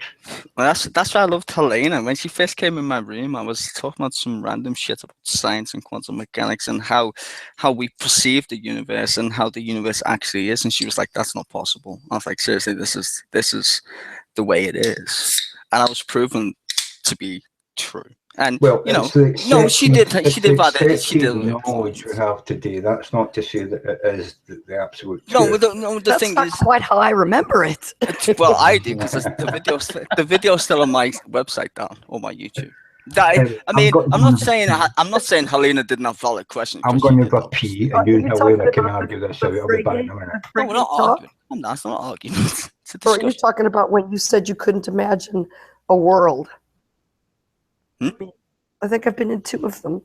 No, in the I one mean, where you the said very that- first one that we got to know each other in. But you Yeah, remember the one where that you the said whole that- quantum mechanics thing? Hang That on. Frege's whole point was that the universe is math, and nothing about actually. No. I went on that. I think you. Not that one. Yeah, You I mean the think you're one where you said that confusing. even though you were a game designer, you couldn't imagine a different world? That one?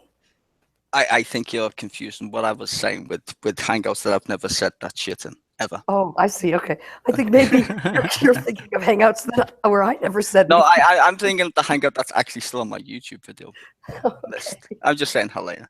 I can give it if you want. If you want me to refresh it. Yeah, that'd be fun. It was I'd like a to have my hangout. It was a memory hangout refreshed. on physics actually, and how we perceive the world, right? Oh. And how quantum mechanics is so different than how we see classical physics, Uh-huh. right? And I was just saying that the way we perceive things is one of our main problems, right? Because if we look at science requires an observer. Now, if we look at physics itself, physics says that the observer changes the outcome of anything, right? Which is the measuring stick.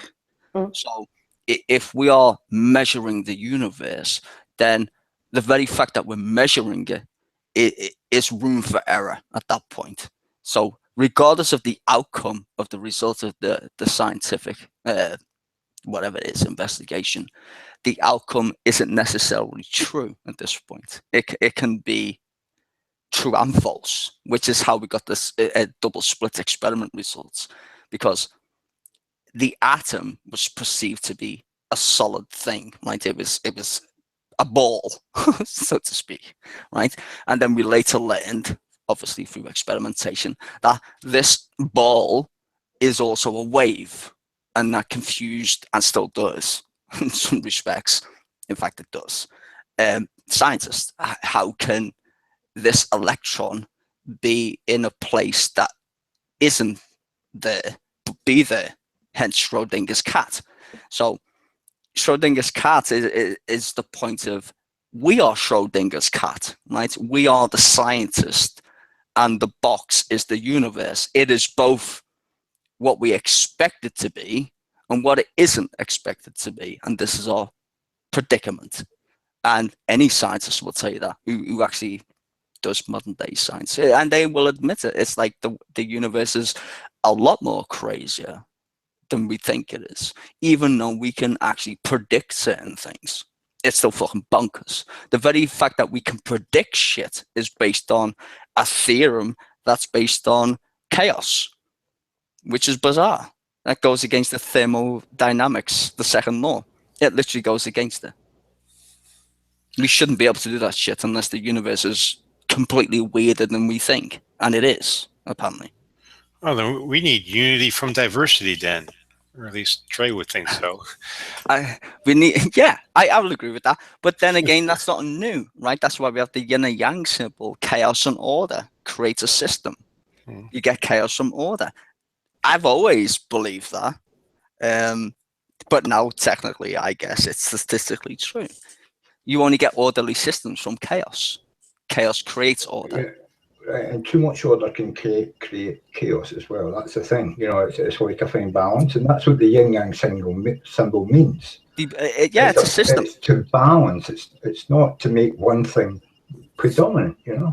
Well, if the universe was any other way, it wouldn't work, and that's the scary thing. And that's why people who are very, well, I would say a lot more knowledgeable than me or anybody in this room, hypothesize that there must be some kind of weird shit behind this all, which even Einstein said there's a God. He didn't call it God in the way we would say it, but he called him the old man, right? Einstein said there's an old man because the universe is so fucking crazy and simple and beautiful that there must be some fucking divine thing You behind would it. have to understand the mindset of people in the 20th century to understand why Einstein used the phrase, The old man, yeah. It wasn't He God the was way using people were he saying. was using it as an analogy for a concept, and he was using the old man as an analogy that people could understand. Yeah, exactly. Because his ideas were so beyond people's understanding. He had to, and that's why he was he was like Carl Sagan. He was like, Carl Sagan believed in aliens, for fuck's sake. No, You do know that, I'm right? not talking about what he believed No, in. I'm just talking saying. about the way he disseminated information to the public. Einstein was the first scientific publicist. Do you know what I mean? Well, he was this. He was the guy, I would say, who made theorems a lot more popular than what they were. Yeah, I mean, to be fair, there's a lot more. I would say personally, from reading scientific shit, that there was a lot more people who were influential in how we understand stuff. But he came up with E equals MC squared, right? And that's never been proven wrong. It's not what he came up with. It's No, who he he did. was. Please just listen to me. It's who he was. He started off as a clerk, in an office that wrote down people's copyright Patents. Yeah, patent. He and worked in a stuff, patent right? office. Yeah. He knew real people. He didn't grow up in a university. Well, he wasn't rich enough, right? But listen, he didn't grow up in that educational environment. He grew up among real people. You know what I mean? But he was poor as well. He was poor. Yeah. He couldn't get into university. That's why he worked in a patent office. Right. I couldn't get into university either, you know what I mean? No, he couldn't. I mean, I'm just 40 saying he couldn't get borrowed into the it. money, He was you know. broke. It's 11:04 right now, my time. So I'm gonna go to bed. So I'm gonna end the broadcast. But thanks for everyone joining, and hope you liked the exchange I had with Trey. So with that, good night, everyone. But you can still join because we're all going to still be here. Yeah, you can still join if you want. Let's end the live broadcast. So thank you very much, Floyd, for putting this on. I came to listen to you and Trey. I found it rather disappointing because Trey, well, he didn't fulfill my ideas of what Trey was. And now I think a lot of people already said that he didn't seem to be himself tonight. I was hoping for a laugh, but thank you for opening up to the public. After the Trey disappeared to do laundry. I suppose he's not got a slave wife at the moment to do for him.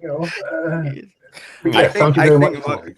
He's divorced now, so he has to do his own laundry. So yeah, I think most people who come in contact with Floyd who are theists happen to get a sharp, abrupt "fuck you," in a nice way, obviously. But yeah, I like Floyd. Not many people like Floyd because he's so analytical in his approach. But we do appreciate your style. Floyd reminds me of the thinking atheist. I think Floyd's a good.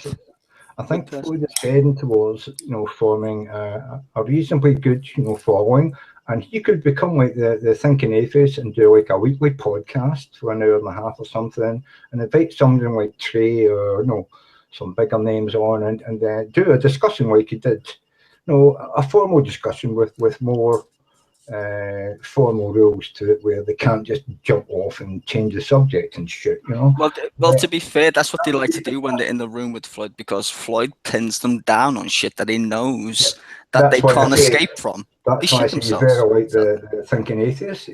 There's a sort of a format to his hangouts, and the thinking atheist started. I remember thinking atheist 5 years ago, and it wasn't much different from what Floyd's doing now, Well, we did that in Deeper in Dogma. Deeper in Dogma, you know, we had a scheduled topic, and we stayed on it, and that went, I forget like how many episodes, maybe 20 episodes. Sokka was the one who Yeah, soccer and Xbox. Yeah, Xbox. Yeah, I I, appreciated them. I liked your I like the way you do your well.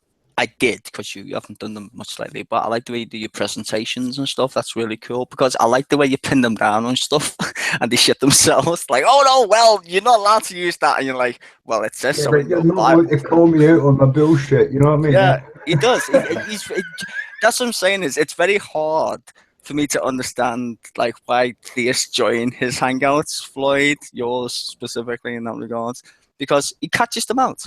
He says, "Well, how do you explain this passage?" And they're like, No, and but it's that's why I like Floyd's script now, where it has him and a theist on, and just them talking now, and not like 8 other people jumping in like we are now. I think this is a format that Floyd needs to stick to. That when you have that theist there, just you and him, try and keep them to the subject. Draw them out and then, shoot them down on the bullshit. And then afterwards, maybe open it up like this, to other people. I think this is a killer. Well, I think anybody who's a non-theist will appreciate the fact that Floyd always stays on topic. He never. Well, I've never seen him, to be fair, go off on one. He always sticks to the That's points. what I'm saying. That's why I think he's like the thinking atheist. He's always sort of like, not believing, but understanding when he's talking to theists. He tries to understand their position and speak from a position of understanding, but then hit them with the hard question. Well, I understand what you're saying, but how does explain that this? How did that square with this? And Yeah. I love it. I just love it. That's why they'll shit themselves and run away. Well, if you have a logical argument, I just go down it. If I have a logical argument and it works, then both sides should be able to go down it and reach the same conclusion. If we're not reaching the same conclusion, then someone's logic is incorrect, which exactly, and we'll get to the bottom of.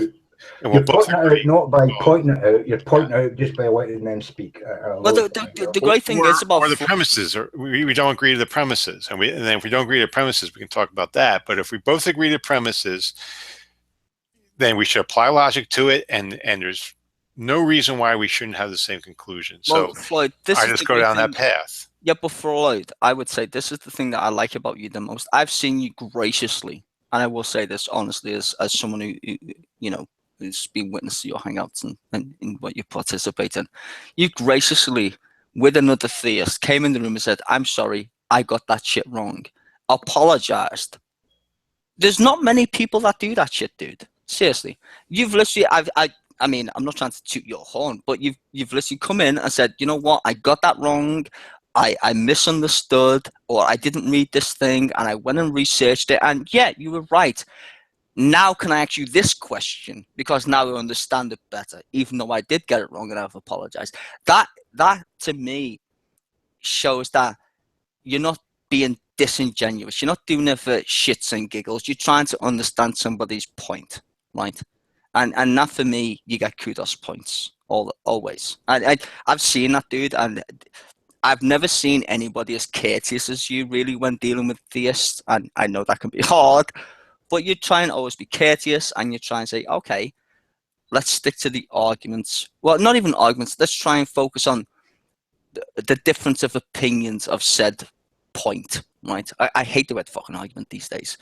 And you do that very gracefully, and I think, you're well equipped, as far as I'm aware, to deal with theists, And like I said, you're humble about it. You're not a dick, which I hate. Like Matt Bell, he's just a fucking retard. Yeah. All right. Well, I appreciate the kind words, and with that, I'm going to end it. So, night all. Peace out. Thank you.